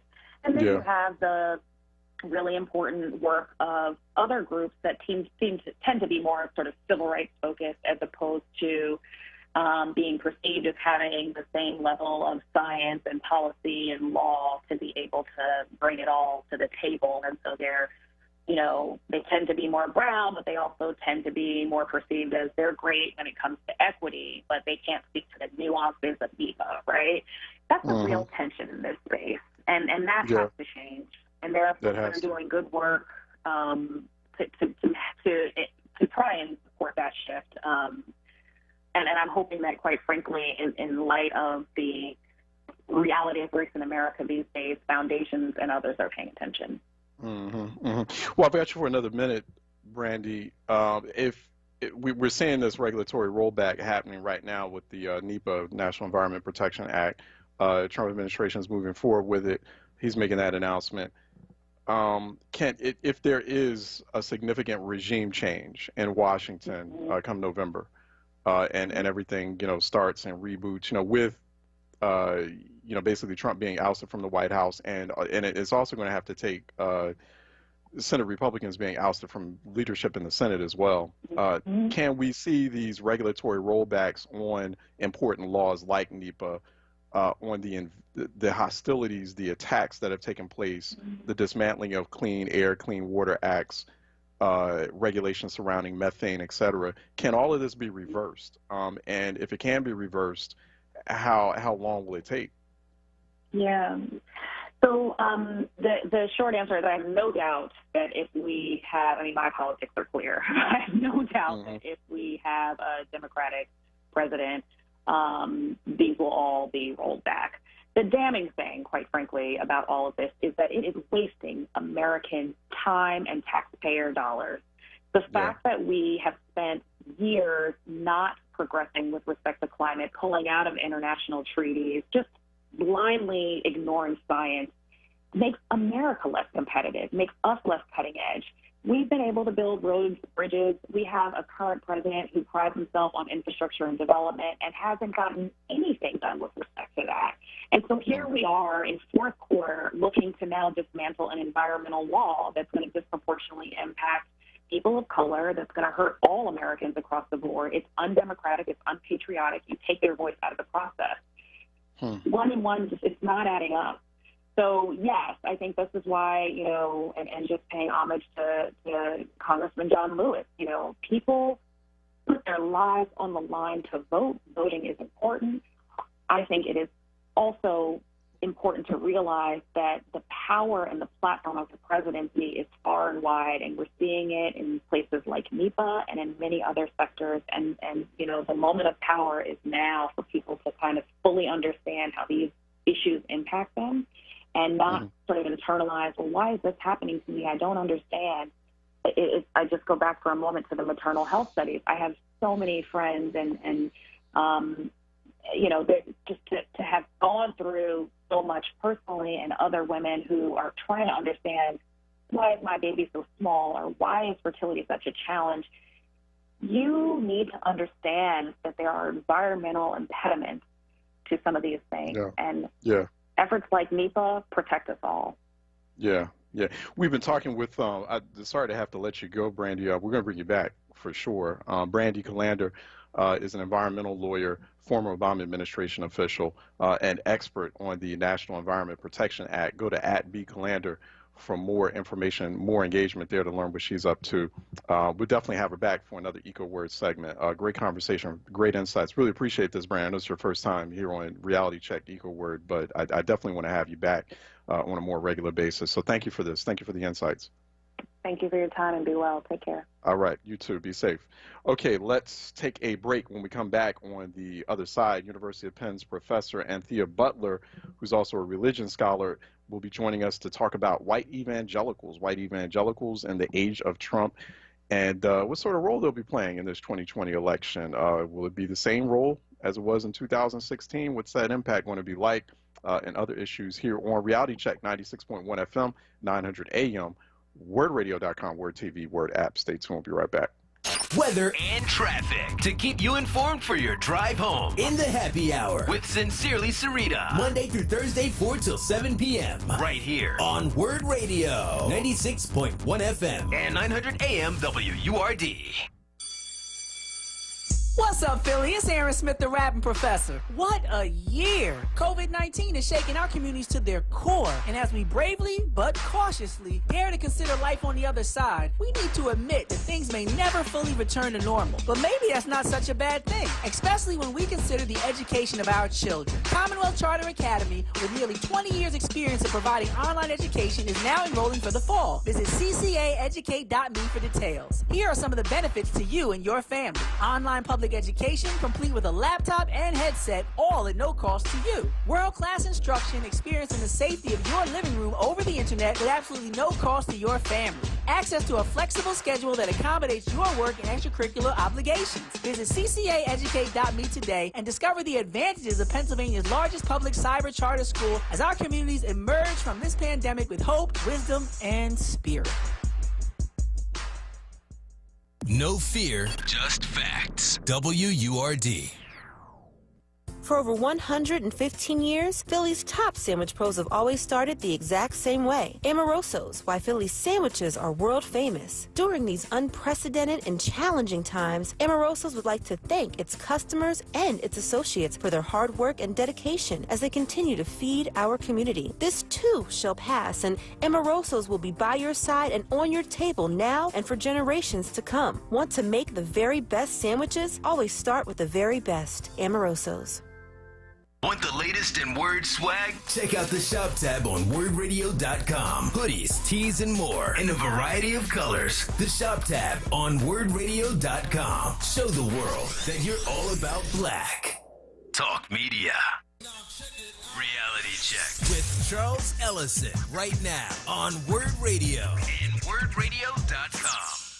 All right, welcome back to Reality Check 96.1 FM, 900 AM, wordradio.com, Word TV, Word app. We're waiting on Professor Anthea Butler.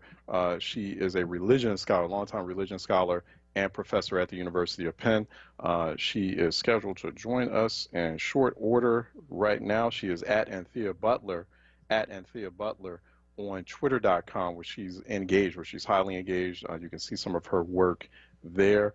And to get more information on what she's up to. So we're just waiting on her. Now she is on. Professor Anthea Butler is on, joining us here on Reality Check. Professor, how are you doing? Thanks for joining us. Really appreciate it. I'm good. It was wonderful to just listen to myself like I wasn't on, but here we are. All right. Excellent. No, here we are. I appreciate that. Appreciate you listening in, too. At Anthea Butler, once again, on social media, on Twitter, if you'd like to engage her there. And so you wrote last year, and you've been writing, and you've been reflecting quite extensively on white evangelicals and the very interesting, very peculiar position that they put themselves in. Not that they've discovered themselves in, that they've put themselves in with respect to their support for President Trump. Talk about that. How do white evangelicals reconcile their religiosity and their alleged spirituality with the likes of someone like this?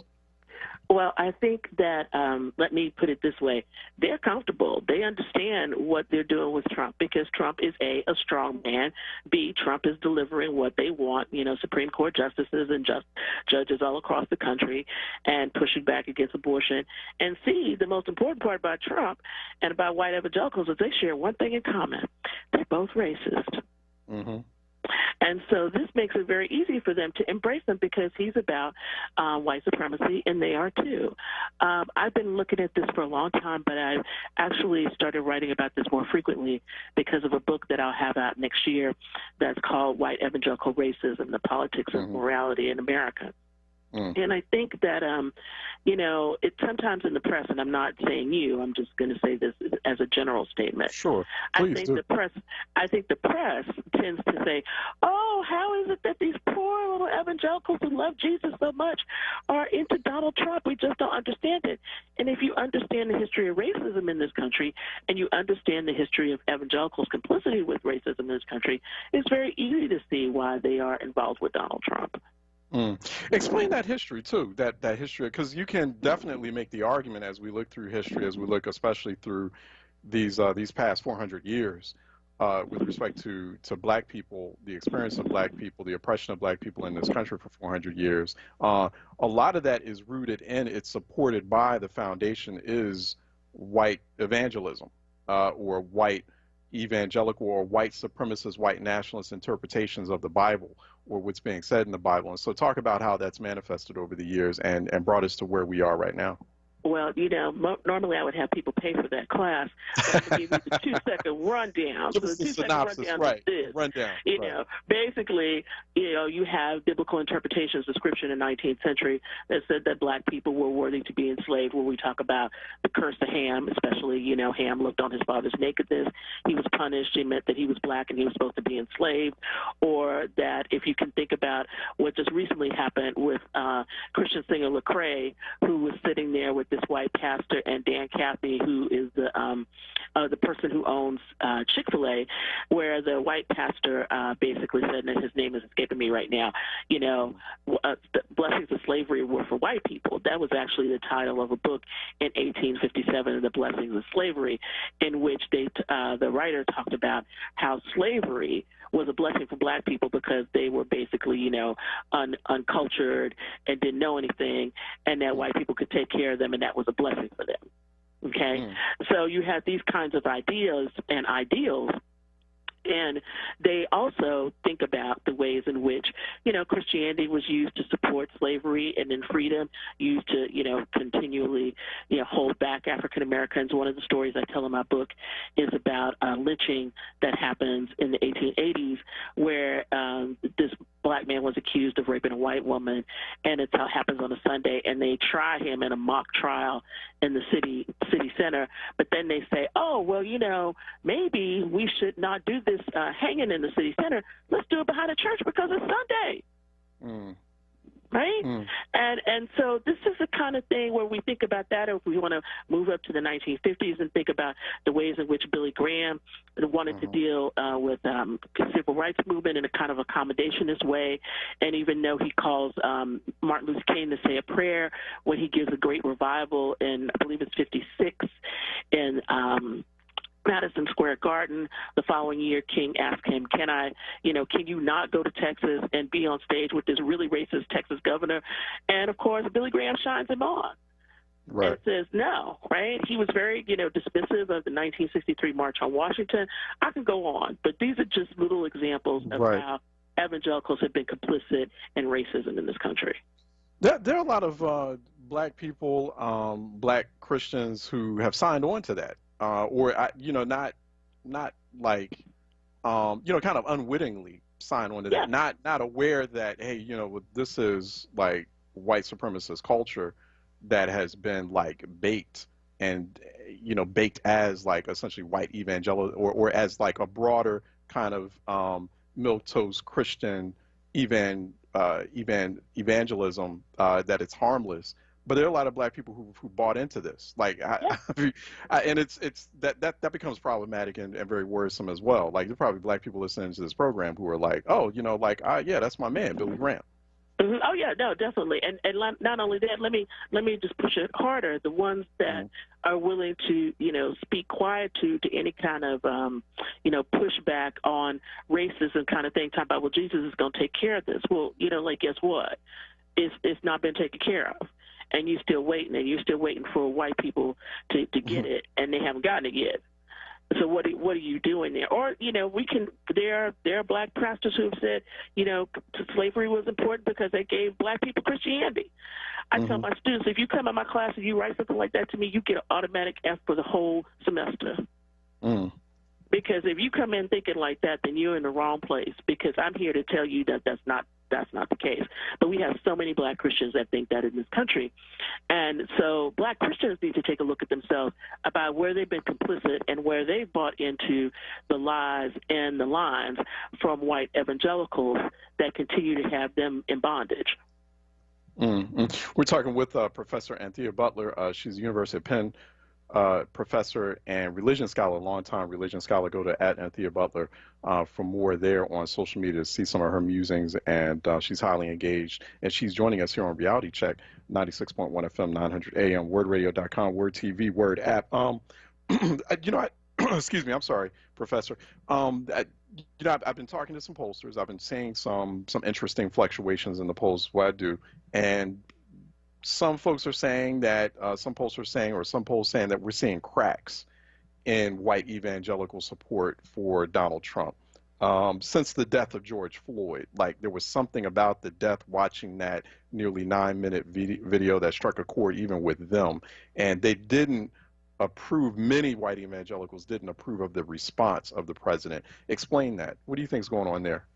Well, I think some of it may be a few guilty feelings when you actually see a murder on television and somebody kneeling on somebody's neck for so long. You have to be, a complete, non-thinking, non-feeling cretin to not, feel something about that and not make you think twice about it. So that's one. Mm-hmm. I actually think it's something different, though. I don't think it's just George Floyd.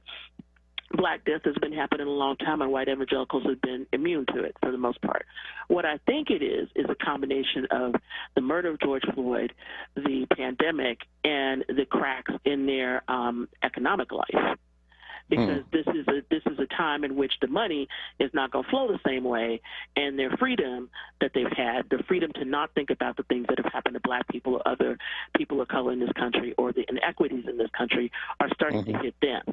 And so evangelicals are very individualistic. When they start feeling things personally, then they get motivated to think about changing something. And so I don't think that this is about them necessarily caring about black people. I think it's about them caring about themselves and feeling the pain that the rest of us are feeling during this time period. Yes. So what do you think goes on? What happens, or what do you? And it's going to be hard to predict 2020 in ways that probably weren't hard back in 2016, because you could see stuff coming in 2016, and the warning signs were there. I was warning people, and people just didn't want to see it. But what do we think is going to happen with that? That sudden epiphany, sort of stepping outside of the individualism a little bit. Does that mean that you're going to start seeing some white evangelicals jumping to support Joe Biden, or maybe just tapping out altogether? Well, I think some of them will support Joe Biden because they're going to be really worn out by the time October comes around. It depends. I mean, Trump's play right now to basically blame everything on inner city violence and stuff really tugs on the heartstrings of the law and order, or I'll put that in quotation marks, kinds of ways that evangelicals think. So he may be losing some people right now, but he might gain that support back come October. He needs them. It's his firewall, and that's why he's pulling out all the stops right now. So, the mayor has said he doesn't want to see any of these people here, but I wouldn't be surprised if we do see some here, because basically this is going to be one of the places in which, he needs to win Pennsylvania in order to win back the election. So nobody should be surprised that these troops show up. That being said, I do think that the rising number of deaths and from coronavirus, and the second part, which is if we make kids go back to school, whether that's K through 12 or college-age kids, and we start to see massive outbreaks in this country, that is going to erode that support, definitely, because that's the other place where I think Trump has no room. It's like the kids start dying, they already are, but if more kids start dying, then it's all bets are off. This is over. Yeah, and he knows that the bar has been pretty low. In terms of the perspective on his leadership surrounding pandemic or response to pandemic, it's criminal negligence, if you ask me. But he created it. He created the conditions that led. I mean, people need to own it. Yeah, people need to understand that. But now you've got news organizations saying, "Oh, his tone has changed." He's I don't know what that was. He photoshopped a mask on his face on Twitter. And, he's holding a press conference and reconvening the pandemic task force. So he's trying to give off this aura of leadership, just like simple steps and making it simple or digestible enough where those idiotic white evangelicals, they're like gullible enough to gravitate back towards him. So we're starting to see like some of that activity now. So he's definitely kind of taking some of those signs that are happening in the polls seriously. With the Supreme Court rulings that you've been looking at, because I know you look at this very closely, Professor, some of the recent Supreme Court rulings that have taken place with respect to questions like, for example, abortion and immigration, but we've also had the Supreme Court ruling that ironically took place in a very tragic way, right on the eve of John Lewis's death with respect to voting rights for the formerly incarcerated. So what do you think is going on there? Has the federal, well, first, has the Supreme Court worked out the way that white evangelicals have wanted it to, as they planned? For the most part, yes. But, you know, the recent ruling that happened about surrounding the birth control thing, yes. Right? So you don't have to pay, religious organizations don't have to pay for birth control. The other one that happened, not so much. But here's the thing, and this is what everybody needs to remember.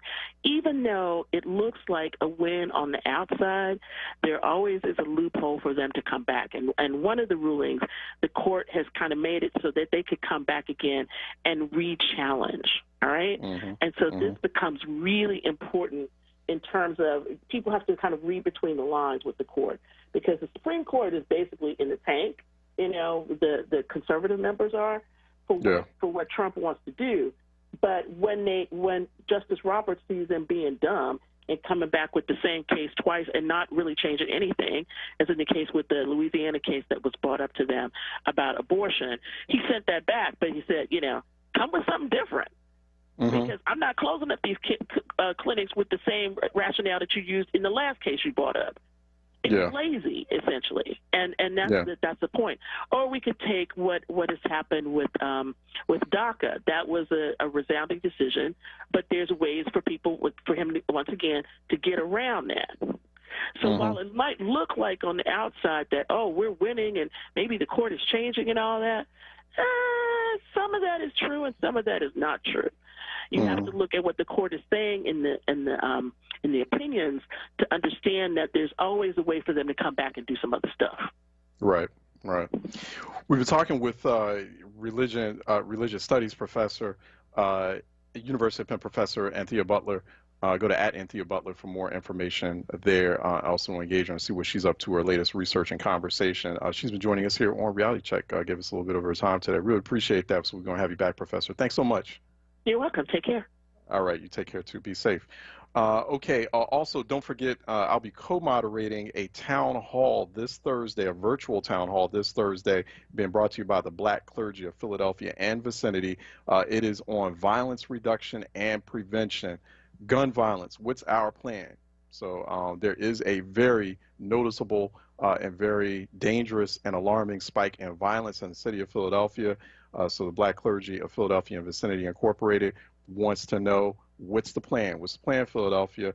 So we'll be talking to a number of participants during a 2-hour stream of various panels of conversations that will be taking place. I'll be co-hosting that. Go to facebook.com/BCPV Inc.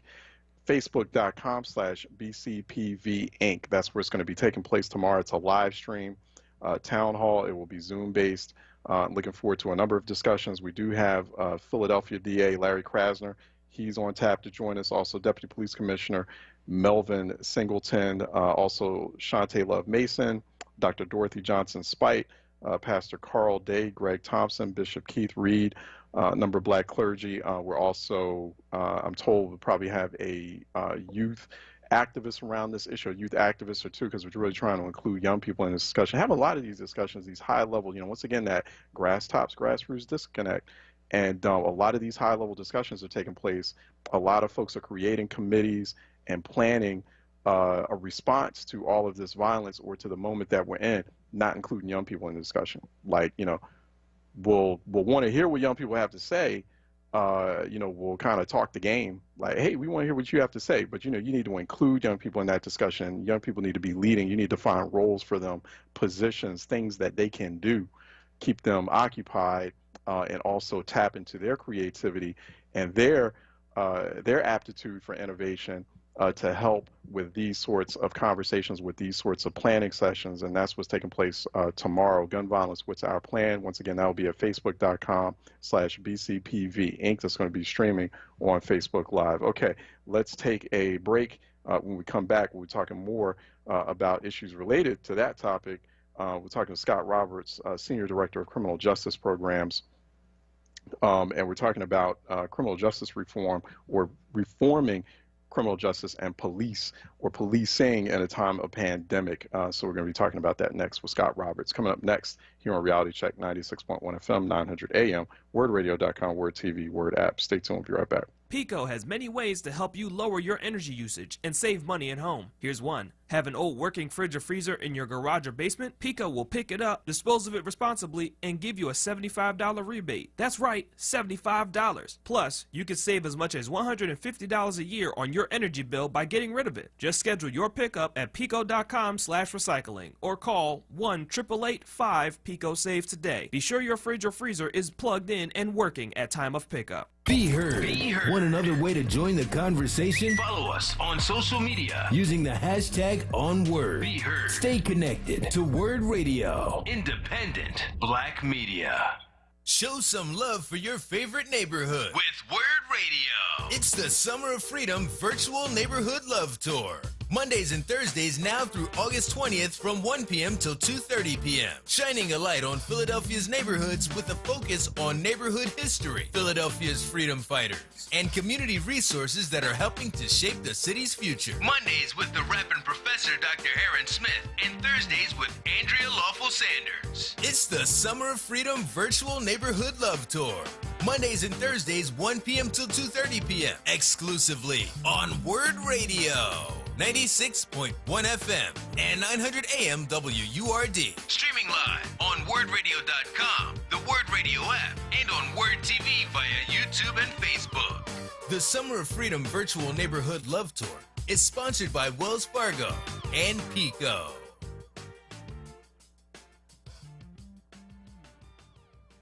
This message is from the Philadelphia Department of Public Health.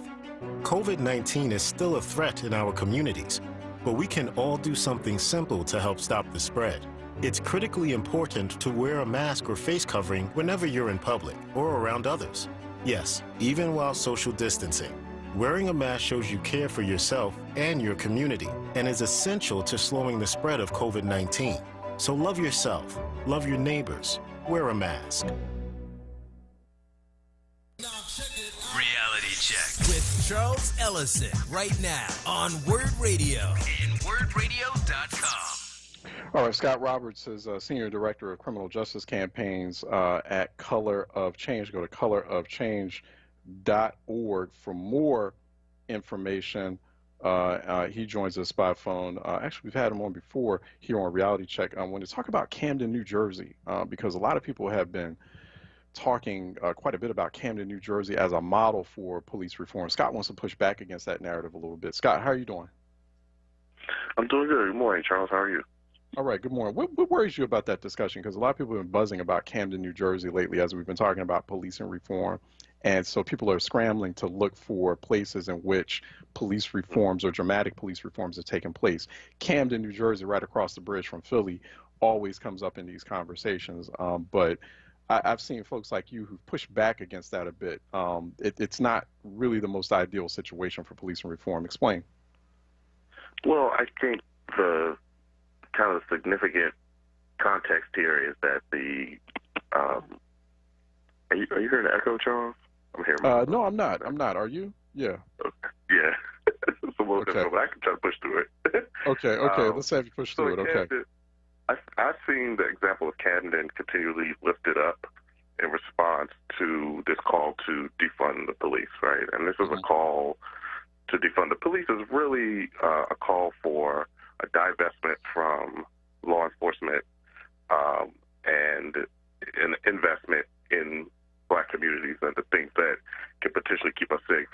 Right before we went to break, I heard you talking about what's the plan for Philadelphia and knowing that various community stakeholders are kind of coming together to talk about, the recent spike in violence. And I think that's the right approach, right? How do we reimagine what is going to keep us safe. How do we focus on public safety? And I think when the call to defund the police is really centered around stepping back. It's an invitation for people to reimagine what public safety looks like. And in Camden, people have been lifting up that example because Camden is a place where the police department was disbanded. Right. And basically restarted. So it's similar in that sense to what's happening in Minneapolis, and I think that's where the comparison has come in, because in Minneapolis, the city council has voted to disband their police department as well. That's still going through a process, and ultimately would have to go to voters potentially in November to change the city charter. They would need to do that in order to disband the police department. That's pretty much where the similarities end. Camden is not, they did not take a step back and reimagine public safety. They just kind of reset the police department. So Camden had this really brutal reputation for police brutality, over-policing, a really toxic relationship between the police department and the black communities in Camden, which is most of Camden. And what they did was they shut down the police department and they restarted it with a community policing model, right? So this is like a little softer touch of policing, right? So the call to divest from policing and invest in our communities requires us to shrink the size and scope of policing, right? Both like how much money we're putting into law enforcement that could be going into other things that our communities need, better education, healthcare, mental health response, but also some of the more proven community-based responses and interventions in violence, and particularly gun violence. Where Camden, they just kind of, community policing, you know, that's where like less police officers are in patrol cars, maybe more are on the street, walking the street. They're like, more encouraged to try to build relationships with people in the communities, things of that nature. So I wouldn't say that like they didn't do something bad in Camden, right? Like it was like, I think a small step and a kind of reassessment of how they were doing policing. What we would love to see is, rather than reimagining policing, right, reimagining public safety, right? And that's what they're doing in Minneapolis, and we think that it's a completely new model. You can't really compare it to Camden because in Minneapolis, they are disbanding the police department, replacing it with a department of public safety, which could not be headed by a police officer or other law enforcement. And then they're going to, as a community, try to figure out what are the components of a system of public safety that is not solely reliant on policing. And I think that's the big difference. And that's what, you know, we envision, I think, in this moment where everyone is kind of talking about the nature of policing, but also like what keeps us safe. I think what's really actually important in that conversation is to be able and willing to step beyond policing and just have a conversation about safety. You know, I think in my experience, having lived in cities like Philadelphia, Atlanta, D.C., where I'm currently based, Chicago, and living in, you know, for lack of a better word, what people probably would describe as the hood in those places, and then, you know, seeing the rest of the cities, I think this is true for most people. When you think of a safe community, you think of a place that has economic stability, you know, where people are healthy, where people have jobs. Rarely, if you picture a safe community, would you think of a place that has a police car on every corner, right? Like, we are. But it comes at a very interesting, you know. But that conversation comes at a very interesting time, right, Scott? Because it's a tricky balance, right? Because we've got this very alarming spike in violence that's happening in communities now, and so this is where like rubber meets road in a lot of situations. Because okay, now we've had like this protest session, and you know we do know we need to overhaul policing. We don't need to reform; we just need to overhaul it. Probably not even call it policing anymore. But at the same time, you got these rises in violence, and so people who are going through that violence, after a while, and it's going to happen real soon, they're going to have a breaking point. Out of fear and anxiety and nervousness, fear for their own lives and their kids and their communities and their house or their households, and they're like, you know, I don't have time for y'all to reform the police. I need the police back. Like I can start to see like the cracks in that resolve around policing reform starting to happen now, like particularly in a city like Philly, where the violence is going, and a lot of major cities that we've been seeing, especially since July 4th weekend. So, how do we balance that? How do we maintain people's resolve around? Because you know, black neighborhoods or distressed neighborhoods, they deserve a high level of. That's why I keep telling people. They deserve we deserve the neighborhoods we grew up in or the neighborhoods we are in, we deserve a high level of safety too. Same way like white folks out in the suburbs get a high level of safety. And so it becomes a little bit frustrating sometimes when not with you, but when I'm having these conversations with advocates in policing reform and criminal justice reform, it's like that's not getting through. And there's going to have to be some compromise somewhere in those two conversations. Yeah. So, first of all, I think that's absolutely right. As I said, you know, I live in Washington, D.C., in southeast Washington, D.C. There was a shooting on my block 3 weeks ago. Right. You know, I'm not removed at all from the kind of violence that we can see playing out in our communities. I also recognize that the opposition to police reform is trying to weld this spike in violence to push back, right, on what we're calling for. And I don't think we should be running from that conversation at all. You know, police, first of all, you know, they create these myths. They did this after Ferguson as well, that after these spikes in protest, that somehow that leads to, you know, spikes in violence. And the reality is, in neither instance, we haven't actually defunded the police. You know, people have said defund the police. That has not pulled police off the streets. You know, so I think it also just raised the question of, again, whether police are going to equal safety for our communities. We have continually invested more and more and more in policing, and it hasn't tracked with increases or decreases in violence, right? Like, we see the economic numbers usually track closer to increases in violence and crime, and I think that's why we need investments in our community. But I am not in any way calling for, you know, a complete shutdown of policing like tomorrow, and we have no mechanisms for safety and accountability in our communities. But I think as we're dealing with these crises, we should be thinking beyond policing, because there are people who are going to tell us that once again the only solution to increase violence in our communities is going to be investing in more policing, more aggressive policing, because it's not just spend more money on policing. They start to go to their traditional tactics, like, you know, broken windows policing, right? This idea that every minor offense has to be met with the most aggressive police and law enforcement response. We have to be really, I think, wary of those pieces. I think as communities, we have to start thinking about what are the solutions we really think will keep our communities safe. I think if you give people a choice of saying, like, more policing or no policing, people are going to choose more policing every time, right? Because they need something. But if we take a step back and say, what do we think is going to keep our communities safe? An open-ended question, you know? I think mostly people will tell you, oh, these young men in our community need jobs. We need better schools. There are young people who have mental health issues. They've been traumatized by ongoing violence in our communities. And we need those intervention points. So I think, you know, those are the things we're going to have to do also right now in the moment, right? Like, I love hearing about the conversation y'all are going to be having on WURD around what to do about the spike in violence, and the fact that you're bringing in, you know, the district attorney and other leaders and the elected leaders, but also clergy, right? Who also are the kind of people who are the actual experts in what's happening. And a lot of times, those are the people who have been through it themselves.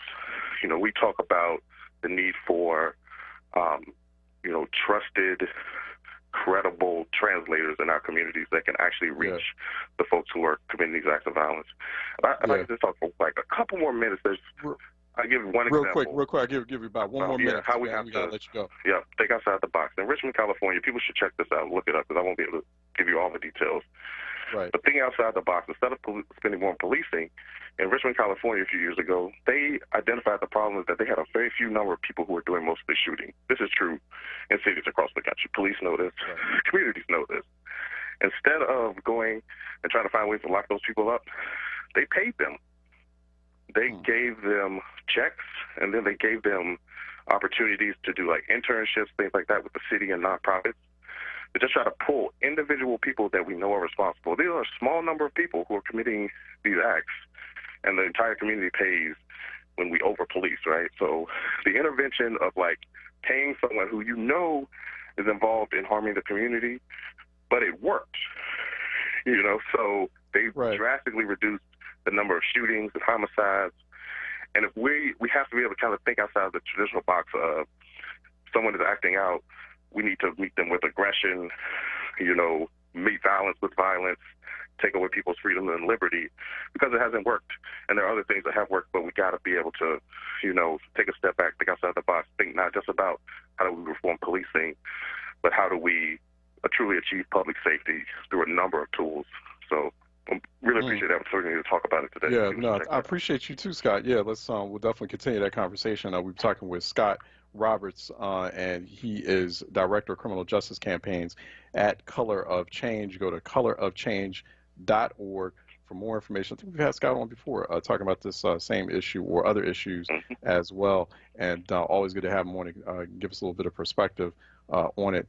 And I've been working hard. Color of Change, I know, has been working hard on this issue and a number of others, so it's always good to get them on, Scott and Rashad Robinson and others. Scott, thanks so much for your time, man. Really appreciate it. So I'm sure we'll be talking to you again. Thank you, Charles. All right, thank you. Take care. All right, let's take a break. Phone lines are open at 215-634-8065. Toll free, it is 866-361-0900 here on Reality Check. 215-634-8065. Toll free, it is 866-361-0900 here on Reality Check. Let's take a break, and we'll take open phones. Phones are open throughout the entire hour, throughout the entire noon hour. 215-634-8065. Toll free, 866-361-0900 here on Reality Check. Let's open the phones up, and we'll hear from you after this break. Check out the Source lineup on Word Radio. Mondays, get ready for the rapping professor, Dr. Aaron Smith. On Tuesdays, it's Andrea Lawful Sanders. Then on Wednesdays, it's the Black Women's Leadership Council. On Thursdays, it's a second helping of Andrea Lawful Sanders. And on Fridays, it's Tiffany Bacon. Don't miss the Source. Monday through Thursday, 1 p.m. till 4 p.m. and Fridays, 10 a.m. till 1 p.m. Exclusively on Word Radio, 96.1 FM and 900 AM WURD. Streaming live on wordradio.com and on the Word Radio app. Do you need health insurance for your children? The Children's Health Insurance Program, also known as CHIP, provides quality, affordable health insurance for Pennsylvania kids. CHIP ensures that kids can go to the doctor, receive health screenings and vaccines, and get what they need to live a healthy childhood. Families can be covered by CHIP no matter how much money they make. If you've experienced a recent change in employment or income, CHIP may be a good option for your family. Visit ChipCoversPAKids.com to apply or learn more. Paid for with Pennsylvania taxpayer dollars. Part-time job, full-time hustle, all-time Shiro to all of us. You nurture, we listen. You teach, we thrive. You lift our spirits, but we've got to lay down the truth. It's time for you, our Shiro, to stretch for the stars. Start saving more for retirement now, so you can feel prepared and live your life to the fullest. Get free tips to help boost your retirement savings now at aceyourretirement.org/Shiro. A message brought to you by AARP and the Ad Council. We are progressive and proud and interactive. Follow us on Twitter, Instagram, and YouTube at onWURD. This is Word Radio, 96.1 FM and 900 AM WURD Philadelphia. Streaming live at wordradio.com. Reality Check with Charles Ellison right now on Word Radio and wordradio.com. All right, welcome back to Reality Check, 96.1 FM, 900 AM, wordradio.com, Word app, also on Word TV as well. 215-634-8065, toll free. It is 866-361-0900. here on Reality Check. Phone lines are open for the entire hour. Also, phone lines will be open while we talk to Heather Hiles for our livelihood segment. So you'll be able to join in on that conversation a little bit later on in the 12 o'clock hour. 215-634-8065, toll free, 866-361-0900. Facebook.com/BCPV Inc. That is the Facebook page for the Black Clergy of Philadelphia and vicinity, and they will be holding a discussion on gun violence, or what's the plan for violence, because not all violence in Philly is gun violence, although the vast majority of it is. But there is a sense that violence is out of control. The data right now speaks to that when we look at the latest crime maps and statistics coming out of the Philadelphia Police Department. Homicides in the city now 27% above where they were this time last year. There are now 232 homicides in the city of Philadelphia since the beginning of 2020, compared to this time last year where there were about 182 homicides which took place in the city of Philadelphia. And there's some other indicators that violence, even violence that doesn't result in a homicide, but results in very tragic injuries to those involved or those who are victimized or end up being targets of that violence. That violence is on the rise, just violence overall in the city on the rise, and people are worried about it. So tomorrow, Thursday, 6:30 p.m., I'll be co-moderating a panel with journalists, other Philadelphia journalists, Sherry Gregg. Many of you familiar with her as well. So we're looking forward to having a conversation with you all. There'll be a number of policymakers, activists, advocates around this issue who will be joining us, and you will have the opportunity to ask folks questions and to learn it. And so it's going to be a focus. We already know what the problem is, so now we're just trying to figure out exactly what is the plan, what are people planning, and trying to also get some unity around that plan. People have to be on the same page. There are multiple. It's a problem that I find often. I'm not the only one who says this, but a lot of folks have commented on this, where in Philadelphia you've got thousands of different activities and efforts that are taking place, and there's no cohesion. People aren't unified, and so part of that is just people not knowing it's a big city, and so people not knowing what each other is doing. But a lot of it too is based on, a lot of the sections of the city, they're not acting as one big city, acting like different countries in the same city, and so violence is hitting the city entirely all over, but then, North Philly has a different set of needs from West Philly. West Philly different from Southwest Philly, and so on and so forth, the different communities. And so they're acting sort of autonomously as regions. And so that becomes a bit of a problem where, on one hand, yes, we have to respect that there is, certain cultures and certain ways of interfacing and interacting and communicating, and certain experiences in one set of in one part of the city that are very different from or dramatically different from another part of the city. Not all Black Philadelphians are living alike. I get that. But when we know that this is a citywide issue and everyone is impacted by it, we've got to come together as a city. We've got to be unified around exactly what the response is. So we're going to try to arrive at some of that unity and some of that cohesion that's needed when we have that conversation tomorrow. Once again, that will be at the Black Clergy of Philadelphia and Vicinity's Facebook page, facebook.com/BCPV Inc. They've invited me to co-moderate that session, so I'm looking forward to it. And in many ways, I'm not looking forward to it. I'm not thrilled about having conversations about violence in Philadelphia. It's not. So I'm, on one hand, I am honored that the Black clergy invited me to do this, to help facilitate this discussion. I'm not thrilled by it at all. It's not a thrilling thing to talk about a lot of these issues. I know for some people it might be, to be able to kind of have big public discussions and engage in discourse and journalism around it. For me, it's saddening. It really is. Let me go to William out of North Philly, who's calling for a reality check. William? Okay, Wayne from North Philly. Hey, how you doing, Wayne? All right. All right. You know what I feel like our big problem is?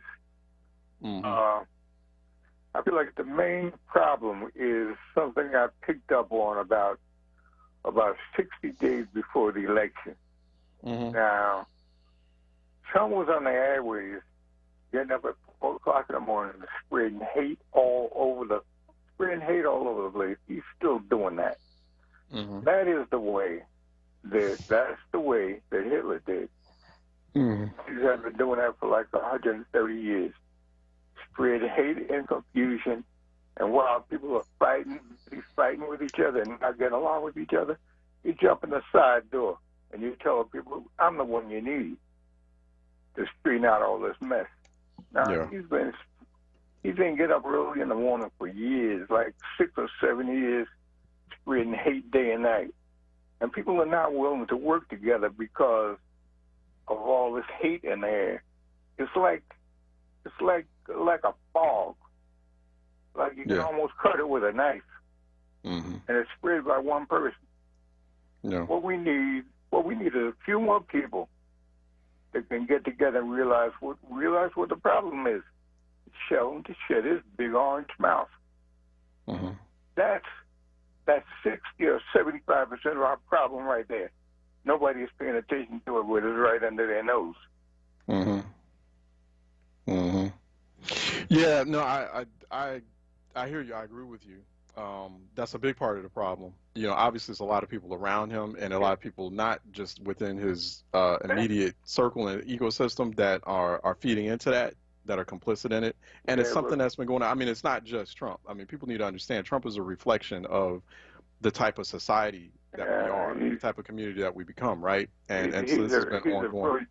He's a progenitor of a lot of this monkey mess. Right. He's a manifestation of, so society got what it voted for or didn't vote for. Because a lot of people tapped out in 2016, didn't bother voting. What I'm wondering is, why didn't anybody say anything about him being on the front page of the newspaper last year making a Heil Hitler sign? I wonder why that is. Because the whole purpose of his strategy is to fatigue everyone. And so, folks are fatigued or to say like outrageous things or to, the moment he says something really outrageous or racist like or white nationalist like you just stated now, a split second later he's got something else or someone else affiliated or associated with him. It's all a strategy. It's a tactic, to throw people off. And so, there's a whole lot of issues and problems with the way media, particularly mainstream media, covers Trump. There should be a reckoning with respect to journalism, because American journalism, is very much responsible in a lot of ways for where we've arrived. And journalists, a lot of journalists out there, particularly white journalists, they can't help themselves, and they can't help them by their biased selves and how they cover the presidency, this current presidency, and how they're covering these elections too. Mr. Wayne, let me let you go because I have to take on other calls. 215-634-8065, toll free 866-361-0900. Let me go to Maurice out of North Philly, who's calling in for a reality check. Hey, Charles. Maurice, what's good? Good. All right. I'm Charles. Every time I call, I speak about community benefit agreements and the Community Reinvestment Act. Right. Just last week, you asked why University of Penn wasn't doing anything, why they didn't have an agreement of doing things for the community. I don't know if you're familiar with this article that was in the Philadelphia Inquirer, July 19th. And it spoke I don't think I ever said that. I never accused you of not doing anything. I just was like wondering what's your plan, what's that? I hear what you're saying. That's what I was talking about. I didn't say me. You could be doing things, but go ahead. No, I didn't say me. I said you said why the University of Penn wasn't doing things in the community. Oh, University of Penn. Yeah, Right. It's not just University of Penn. It's a lot of them. You're right. It's a very. So the article is addressing that, and he addressed it perfectly. And he tell you why they're not doing nothing. He's telling you that he's saying that they're funding the police. They're the ones that bought the militarized equipment, guns and things. Penn, Temple, Drexel, Comcast, Blue Cross. So now when you go in and see what he's saying, he said this is social engineer where they intentionally defunding and keeping defunded the black community. He go on and address the issue that the reason violence, you have social economic violence because it's social engineered. This is a plan. So when you look at the article he put together, then you can see where it ties into 2035 plan, gentrification. You can see where it ties into poor schools because he speaks about the poor schools. From the poor schools, you create schools to the prison pipeline. It feeds that. He can see how you have police brutality because the police brutality, they're the enforcers for the corporation. He put a definitely plan together, and he shows it. I work with kids all over the city, Charles. I have one of the biggest programs with kids, so I'm on the ground. So the key is, when you talk about violence, you have to know why this street is fighting this street. This corner is fighting that corner. You have to know that. And then you have to know what corners are fighting one another, or you can put a stop to it. That's how this thing starts. So we can't stop that. We don't know what we're stopping. We're moving in shadows, and we can't afford to do that. They need to bring people to the table that truly understand. It don't mean that because you have a title. They can have all the titles they want. I agree with that. Across America, this violence across America is social engineer. And like the paper said, I was just talking about that. We'll get your thoughts on this too, Maurice. I was just talking about that yesterday with some folks who were saying, like, hey, it's like these plans will come to fruition and in a place like Philly, but then, you come to find out during the implementation phase, you didn't include key people in the community, people on the ground, say key people like yourself in the discussion, in the planning discussion. That keeps happening. Like, it keeps making that same mistake over and over again. But that's by design, Charles. That's not accidentally. It's by design. Right. And once again, I just want to say this. When you look around the country, all the violence around the country, Charles, is social engineer. And then last but not least, his article directly points to Wall Street, how Wall Street is funding the police around the country, which is social engineer. When you have violence, you need what? You need police. He said the more violence you have, the more they say we're going to need more police. He said that's why they're not going to stop the violence. Because that goes against having the police. He said, if you got a peaceful area, you don't need police, do you? No. Okay. That's why they can keep the violence going on, Charles. Thank you. Yeah, thank you. All right, Maurice, out of North Philly. Let me go to Titan out of New Jersey, who's calling for a reality check. Hey, Brother Charles, how you doing today, man? All right, what's happening, Titan? I thank you for everything that you've been doing and the thing going on tomorrow. But in dealing with the issues that we face today, like you say, what is an immediate plan? And we need to have an immediate plan. And my plan is like the Asians. Let's start spending our money together. That's how they surpass the white man and the white woman on the economic scale. And I just want to come by saying, dealing with social issues and how we got here, when they did the red lining, well, inside of that red line, they created camps for us. And now you're seeing people fighting over the scraps and things like that. And we have to collectively say, no, let's work together, and we could do it different. Yeah, we do. What's the framework for that look like, Titan, when we think about that? Like, when we think about spending together? Because it's, for example, like I think about, we've been having these conversations the past couple of weeks about food, right? And because you need food to survive. And so, like, then, okay, could we see a framework? And we've been having these discussions over the past week and kind of exploring this idea of, could we see Black communities coming together to control where their food comes from, the food sourcing, the food distribution, the sale of the food. You understand what I'm saying? So then, like, more of that money is circulating within the community, and then we're more reliant on ourselves and our communities to feed our households. Like, that's so yeah, I agree with you. I mean, there is this like immediate, it's like urgent. Like, we need to come up with some immediate plan to activate now, but then, obviously you got to get into the hard part, and that's where the sleeve rolling up occurs. Like, okay, well, what is that framework? What does that whole blueprint look like? Yeah, but Charles, I'm out here doing it. I'm not just talking about it. I got one business I created. I got another one I'm launching this week, and there's a lady over here in Jersey I'm linking up with. She just gives away food. She gets it from farms.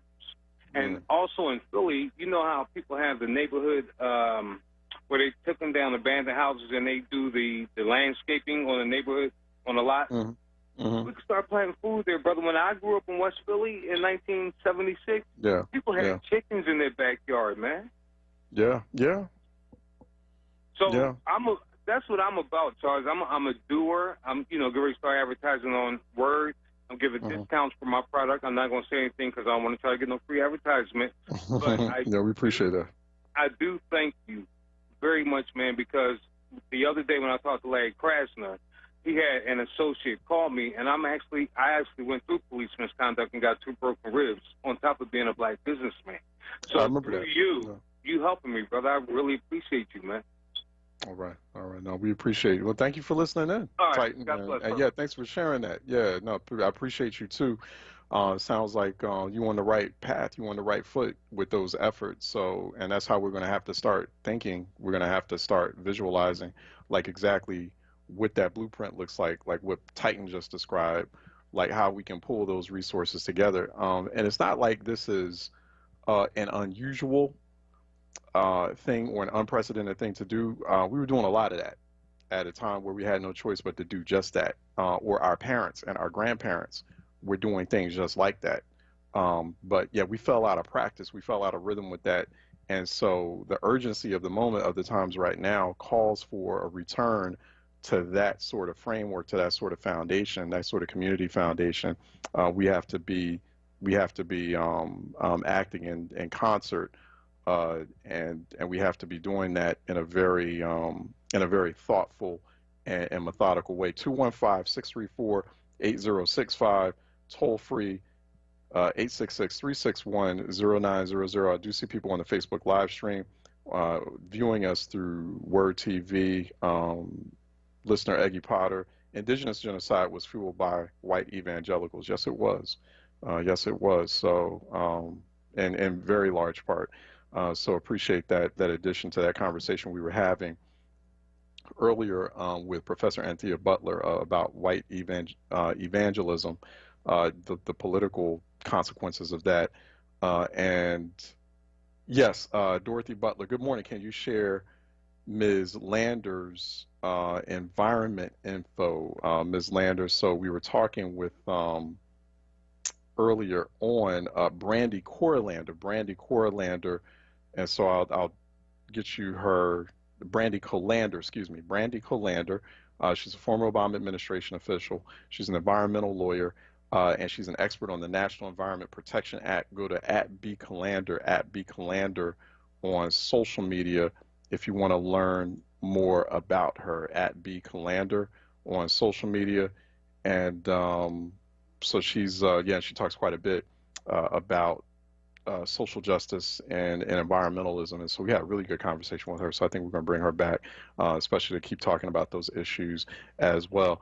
So definitely, okay, we're going to go to break. Phone lines remain open, but we're going to go into our livelihood segment with Heather Hiles. So you can join in on the conversation too. 215-634-8065, toll free 866-361-0900 as we go into our livelihood conversation with Heather Hiles. Coming up next here on Reality Check 96.1 FM, 900 AM, wordradio.com, Word TV, Word app. Stay tuned. We'll be right back.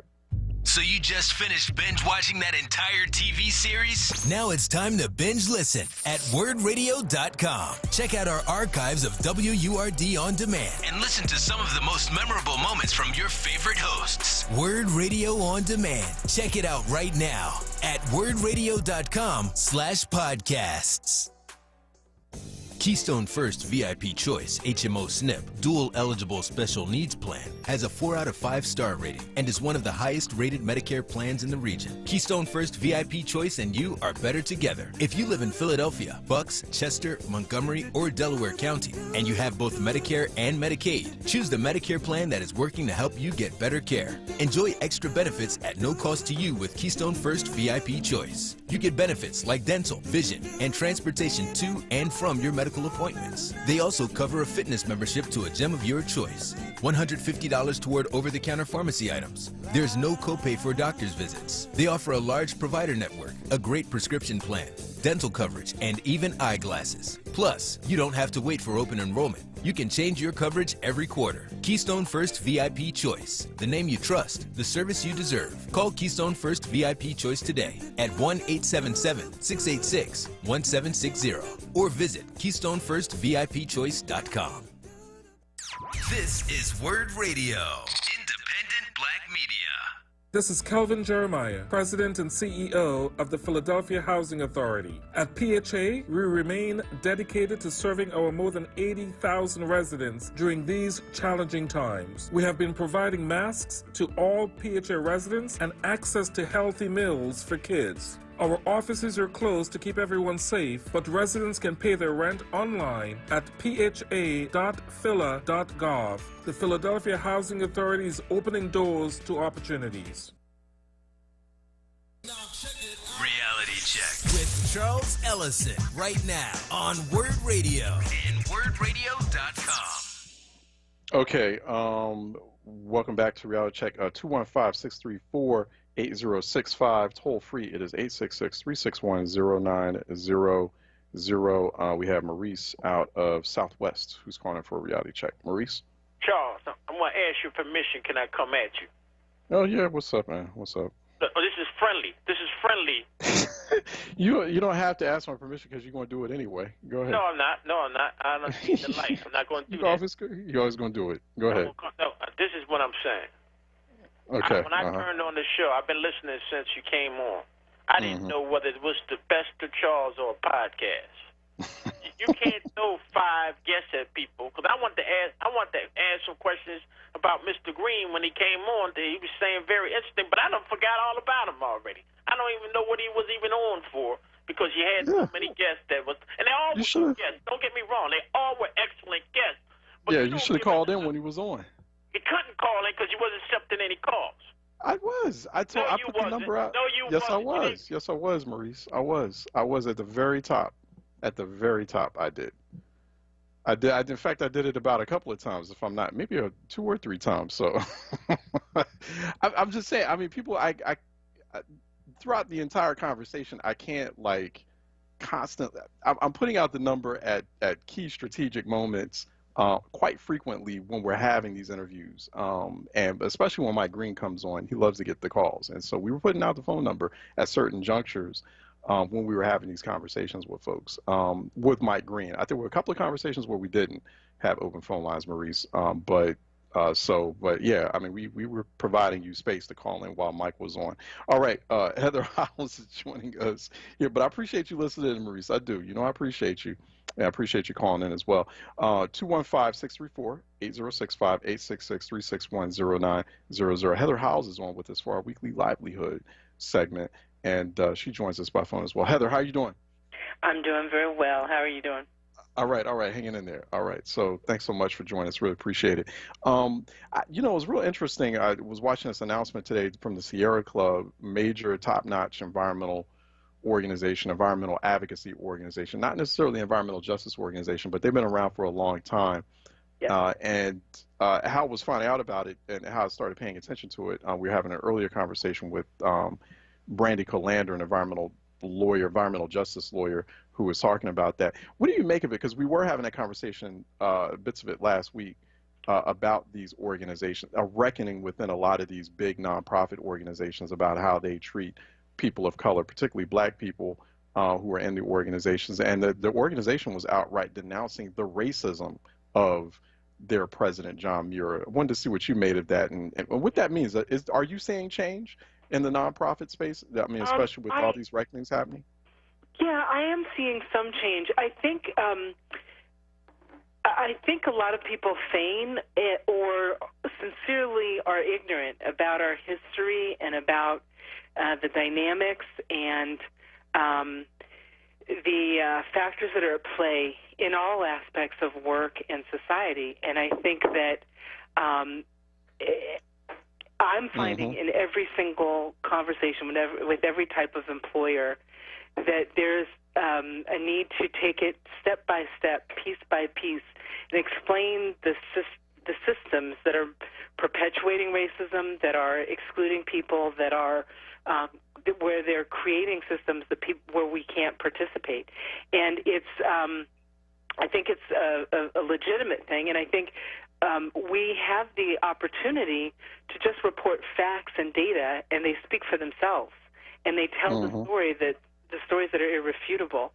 And so I think we're going to need to go to getting a very clear, very understandable, and a data-driven case, and make that broadly, and help people help themselves to walk through those cases to understand how we got here. But the reality of where we are is irrefutable, and people try to make it very subjective, and like they don't understand how it could have happened, and well, it was just this person wasn't quite right, or that person had some issues. But really, if we can take all that subjectivity out and report the facts, then I think we have an opportunity to get better. I'm exhausted by just that, like I said, the kind of the feigned ignorance and like, well, I don't understand. Is this really a problem? And also, I don't understand how to solve it. Like, do people, we just can't. When I talk to major employers, they're like, we just can't find talent. And I'm like, they're all over, but you don't know how to. You don't know. Right. And you haven't even attempted to go and find the talent. So I think I've been reflecting on this a lot. I think we've got to report the data and the facts, and then then let's be quiet and let them try to explain their way out of it. Right. Because that's when you see like the cracks start showing up, right? And then we're presenting the data and facts on in like two different spaces or dimensions. I mean, there's one set of facts and data with respect to like how these organizations operate, how they're configured, the leadership, the staff, how the staff. I mean, you can even see it through the data how the staff is treated. Like you see this time and time again. Like suddenly, if you're like a consultant and you're kind of being retained from the outside to look at what's going on with an organization on the inside, suddenly you notice, oh, hey, did you guys notice you got a hiccup there? Why is it that you had like this like very high number of black folks that either got terminated or got laid off within X year? Exactly. Right? But I'm noticing. But yeah, it's like, but I'm noticing this didn't happen to a whole lot of white employees. In fact, it didn't happen to any employees during this year, right? I've actually seen data like that. Like you guys have a problem. If like you're a company of about like 100 employees and you fired or you laid off or terminated 10 employees and all of them were black. I've actually seen instances of this. I've seen it too. And, I've seen some of the largest companies in Silicon Valley that have such atrocious retention rates of people of color, it would make you want to spit. And what's interesting is that there are many different ways that large companies can hide the facts. So one very large, ubiquitous company right now will say, hey, 20% of our workforce are black. Yeah, but they're all in the warehouses and they're also driving delivery trucks. How many are on your board of directors? How many are in your executive level of leadership, your C-suite? How many? What kind of talent stream do you have coming in from as college graduates coming into your entry-level IT positions? I could go on and on. There are 7 areas in which you can actually interrogate and examine a company and its diversity and inclusion practices. It starts with the board of directors, goes into HR practices, but also into procurement, also go-to-market, meaning what kind of vendors are you working with to go out to business. Procurement is what kind of partners, vendors are you working with to supply things, and investing. Many of the large companies, they do M&A all day long. They invest in companies in a venture capital way. They also acquire companies. A company like Salesforce has been incredibly acquisitive. How many black companies have they ever acquired? That multi-billion-dollar company. Go ask Mark Benioff, and then their impact. And that's the final frontier. How much philanthropy do they do? Historically, Apple has been horrible with philanthropy. They don't believe in it. Well, it's one of the richest. You're not even talking about the stock value, but when you look at just the amount of cash they just sit on, and they're just making money from the float, but they're not doing anything with it, is money where they're not supplying devices. They're not they make beautiful hardware. But you know how many kids don't have a computer and don't have access to the internet who need it literally just to get an education right now? Why isn't Apple? I mean, we need to be asking these questions. When you talk about Verizon and AT&T and all these great companies making billions of dollars, why don't they provide free broadband to people who don't have access? You can go on and you look at every single company and you can look at 7 major areas and really interrogate it. But we've got to capture the data. We've got to have objectivity, and we've got to then, I think, there's a two-frontier approach we need to do. One, we need to capture the data and publish it. I'm a big fan of a woman by the name of Sherelle Dorsey. She, produces The Plug, which is collecting a lot of great data. And so she's got, she's capturing the data and trying to share it. We need to continue to have an impartial place where people can really report the data. And then I think as soon as we have a new administration, we need to get our the Congressional Black Caucus, other policy, our other legislators to make policies that force these companies to report the data, because especially when they're privately owned companies, no matter their size, they don't have to report any data. And even the publicly traded ones know how to kind of move the shells around. But we need accountability. But there hasn't been any legislation since the Civil Rights Act of 1965 that actually forced us to integrate workplaces, forced the government to engage with people of color. It's now, 2020, and we haven't done anything in this area since 1965, and it shows. No, it really does show. We're talking to Heather Howells. Heather Howells is founder, CEO of Eminent Equity.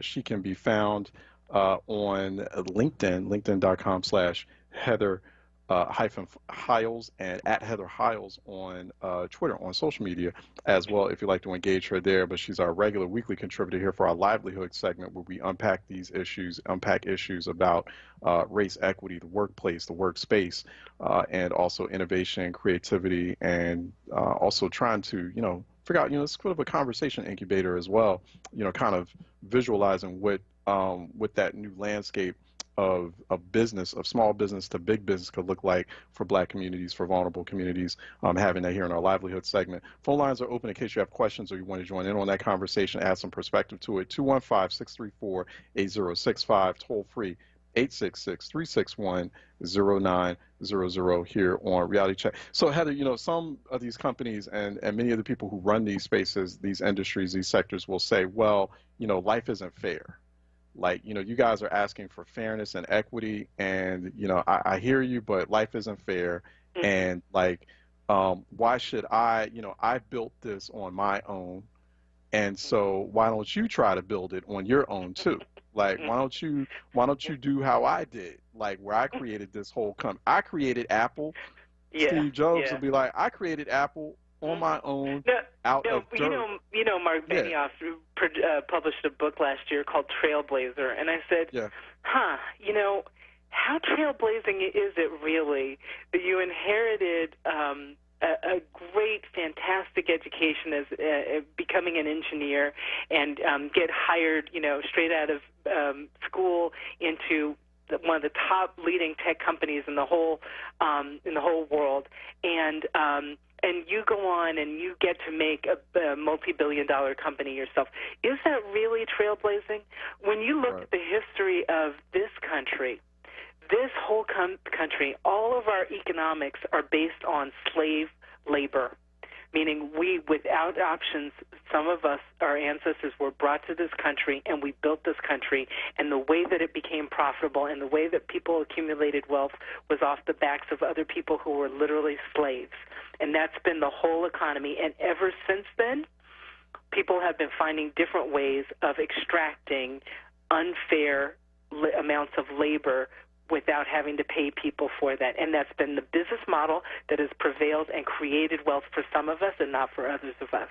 So if you've been able to inherit through intergenerational transfers of this wealth from one generation to another, you are building it upon that very, very, very uneven playing field.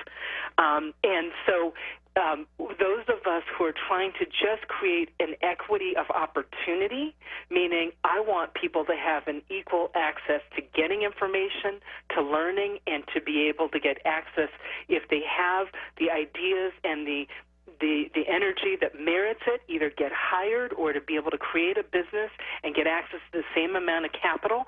I want people to have an equitable sense of opportunity, and never in this country has there been an equal set of opportunities made available to all of us, period. No. And so it's it's just unreasonable to suggest that we can do that like from scratch. Like when already like we're constantly forced into a position of like being the underdog constantly. So even when you try to work your way up from scratch, do it the way they tell us to do it, or perform according to the model that they've created or that they're trying to impose on us, this merit model. Then there's the other problem of, okay, but they can't help themselves. But then like the racism is just, constantly holding us down like everywhere you look. And so, and it becomes extremely difficult and a lot of those efforts die off. Unfortunately, because of that, because of like all those multiple channels. That is one of the topics I do hold us accountable for. I've looked at our forefathers, meaning just the generation before me, that precedes me, and I have been disappointed to see many of our most talented black leaders be so desperately trying to hoard and gain more resources that they have neglected mentoring up and bringing up the next generation of leaders, and I mean from business and as well as political and other kinds of leadership. And I think that is the one place where the most talented and the most resourced of us have failed this generation, in particular my generation, and I hope that we don't pass that on and we don't fail this up-and-coming generation, my children's generation. I agree. Let me go to John out of West Oak Lane, who's calling in for our livelihood discussion here with Heather House. Hold on one second, Heather. John, go ahead. How are you doing? I have a question for your guest. I wonder if she's familiar with Executive Order 11246, which Donald Trump has suspended, which requires government contractors to have affirmative action programs. No. Which ordinance is that? Executive Order 11246. 11246.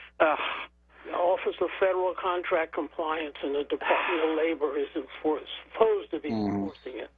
I am not surprised. I remember when he was doing that. I think he did that a couple of years ago when he reversed that executive order. But go ahead, Heather. No, I didn't know if there was more of a question around that. I am not surprised at all. And in fact, and that's where I was coming from when I said, was it since the Civil Rights Act that we've actually had proactive legislation that does have requirements. As you know, I do not have faith in American business leaders today to do the right thing merely because they've had an awakening or something happened and they felt it in their hearts or whatever. I think we have to, as soon as we change administrations, which means right now what we need to do is get people mobilized, registered to vote, and get them to the polls and get them voting or by mail or whatever, get people voting. And so that when we have a new administration next year, we need to challenge all of our legislators in every single bill to be putting language in around accountability, around hiring and all the business practices that I outlined, the 7 different areas of business practice.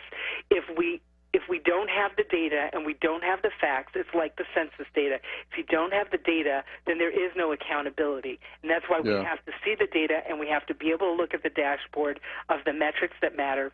And then we have to have legislators who require the data to be collected from all businesses of beyond a certain size. And furthermore, then we have to make mandates about doing business and have some quotas. I think they should be representative of the sizes of our populations.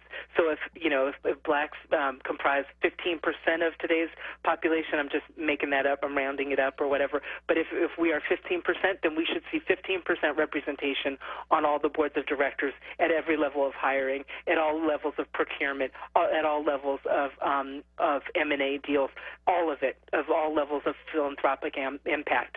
And that's a bottom line. That's not even kind of any reparations or anything, but I think that is the standard we should be holding and setting for ourselves. Yeah. There was a lot. I think it was happened about a few years ago, when President Trump unraveled Executive Order 11246, which I think was put into place by the Kennedy administration. And so, but there was a lot of conversation around what that would do as far as federal contracting is related to contracts for businesses, LGBTQ businesses, and also women-owned businesses. But obviously a lot of worry there. So it was a lot of conversation around that, but a lot of worry there as far as what that's done in terms of black and brown businesses or black businesses. A lot of black businesses, particularly in a place like Washington, D.C., that rely on federal contracts. I mean, whole black communities in the D.C. area have been built around federal contracting and federal jobs. Exactly. So that's what the historic Prince George's County, right outside of Washington, D.C., that whole black middle class built on federal and state local government jobs. That's right. So, and I think you see the fruits of that kind of law. It makes it exactly the right case, because what's been able to happen as African Americans have been able to prosper and just get some business, get access and opportunity to do business. They're able to invest in themselves, their families, their communities, and the multiplier effect is tremendous. And that's exactly the kind of example. And again, if we didn't have laws, I don't think you would. I don't think you see anything. You don't see an outcome. And so, I mean, say what you will about talking about the D.C. area as an example. Say what you will about someone like Mayor Marion Barry. But Mayor Marion Barry, at the time when he was mayor, when he came in, he was very aggressive about that. Yeah, I mean, he had his demons, his own personal demons that he was dealing with. But the way he was operating when he was mayor of D.C., and then I saw him operate. I saw this with my own eyes, as not just as mayor, but also, and I had, coming from Philadelphia and going to D.C., I had my own sort of preconceived notions about Marion Barry, because everybody who didn't live in D.C. did. It was like, oh, that's the dude who smoked crack on TV. No, this brother right here, he was literally fighting tooth and nail. He was like the perfect model of how black elected officials should be. Or should be advocating. And it's real sad the way his final days were, the way he died and pretty much destitute and impoverished after he created Bob Johnson. He created the black middle class in that whole DC region. And every young person who had a job while they were in high school, and every summer that got them employed and got them into the job market and got them to realize the importance of education. There are black people to this day who have, and he was forcing both not just the D.C. local government, but the federal government to open up those jobs. There are black folks who are either retirees today or even to this day got, some of them got six-figure level federal government jobs or federal, really, and that's Marion Barry, and they will tell you in an instant. And so I'm like, like when I look at black politicians or black elected leaders in Philadelphia, in Washington, D.C. today, in Atlanta, in Chicago, I'm like, what are y'all doing? Like, it's been done. Like, I mean, look at the Marion. Y'all busy talking. I mean, yeah, Marion, he smoked his crack and he had his problems with, he admitted to that. He ain't hurt nobody. He was helping a lot of people. And I'm like, where is that model? Like, we need that model desperately. Anyway, I don't mean to go off on a rant. Heather, I got to let you go, unfortunately. All right. Till next week. Till next week. Absolutely. Till next week at the same time. Same bad time, same bad channel with Heather Hiles, founder at, it was a very good topic, very good conversation, founder and CEO at Eminent Equity. Go to @Heather Hiles on social media, and also she's a regular weekly contributor here on Reality Check for our livelihood segment, our livelihood discussion here on WURD. Thanks so much, Heather. Be safe too. Talk to you soon. Bye-bye. Take care. Bye-bye. All right, let's take a break, and when we come back on the other side, 215-634-8065, toll-free 866-361-0900 here on Reality Check. Let's keep the phone lines open, and we'll return after this break. This message is from the Philadelphia Department of Public Health. COVID-19 is still a threat in our communities, but we can all do something simple to help stop the spread. It's critically important to wear a mask or face covering whenever you're in public or around others. Yes, even while social distancing. Wearing a mask shows you care for yourself and your community and is essential to slowing the spread of COVID-19. So love yourself, love your neighbors, wear a mask. These days, it's rough out here. Some important things can fall through the cracks, like completing the 2020 census. You may feel at a time like this, why does it matter? It matters now more than ever before for our families and communities. The 2020 census could mean funding for healthcare, schools, job assistance, and congressional representation. Things our community deserves, but we must do our part now. Complete the census online, by phone, or by mail.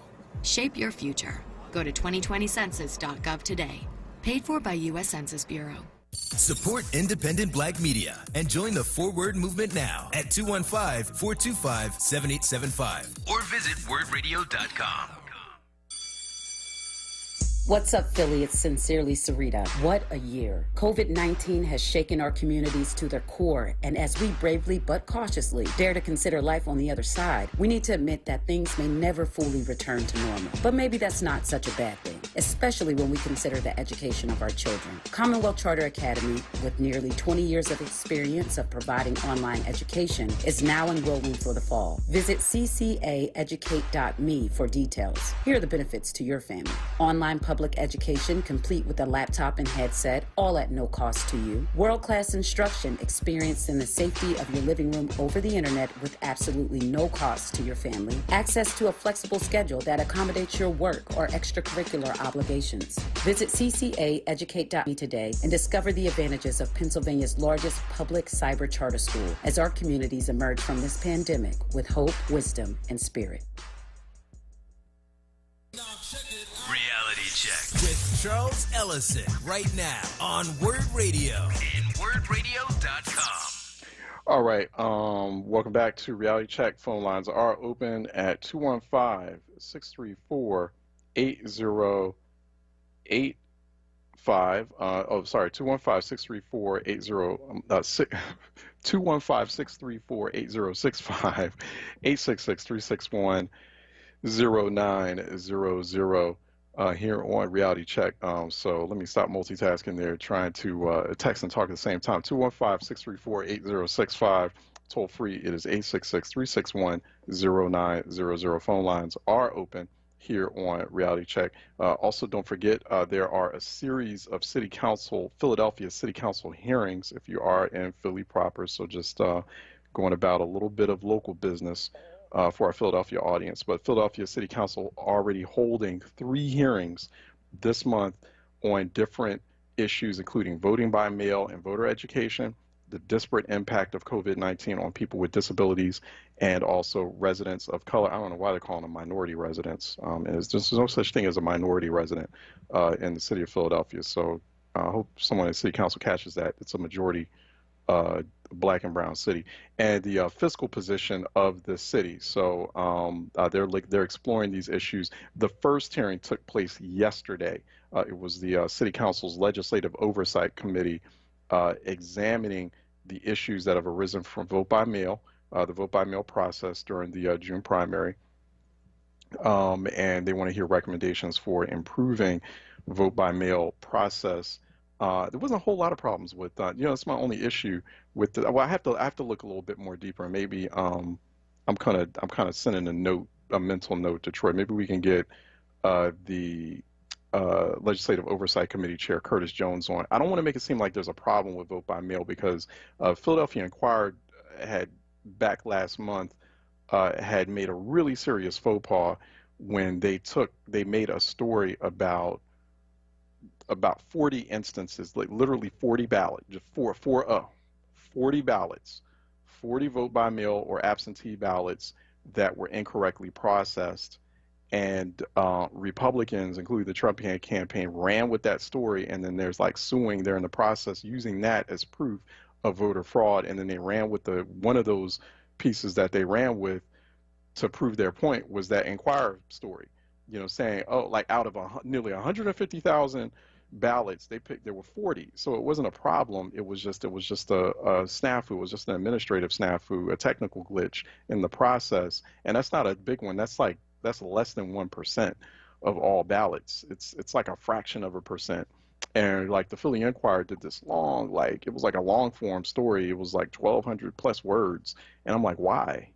Of all the things that you could report on, like these 40 little ballots. And so I'm just hoping that the city council's leg isn't being jerked around by that being a major issue. And I hope it's just all about, okay, well, how can we expand this, Not that there are issues or problems. There aren't any. I didn't see any problems with vote by mail, and major problems. And I talked to a lot of folks. They weren't saying major problems with vote by mail. Definitely, you can tweak things here and there, but for the most part, people were fairly pleased by how vote by mail functioned on the June 2nd primary. So I don't want Philadelphia City Council to get duped into this narrative that there was like this massive amount of imperfection or some sort of fraud that took place. There was no fraud that took place in the facilitation of vote by mail on during the June 2nd primary in Pennsylvania and in Philadelphia. So let's talk about okay, well, how well did that go and how can we expound on that? And that's what I hope. I haven't watched that hearing, but I will watch it.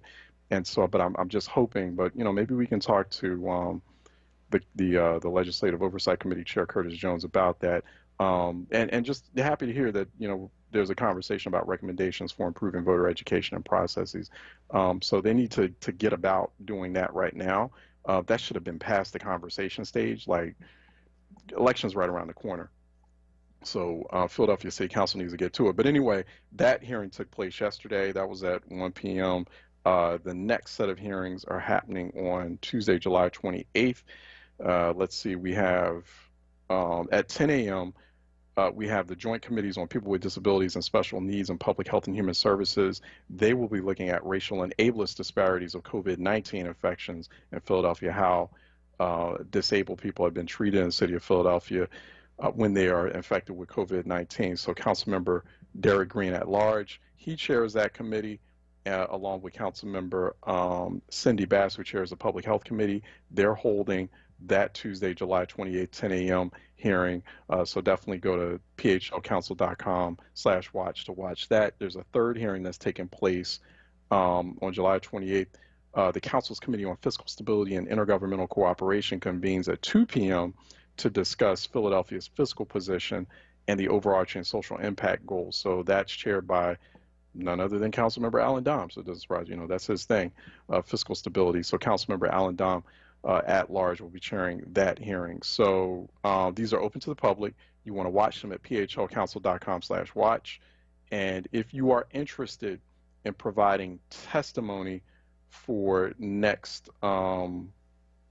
Tuesday's hearings, let me see, for the you can call 215-459-4980 for the COVID-19 impact hearing.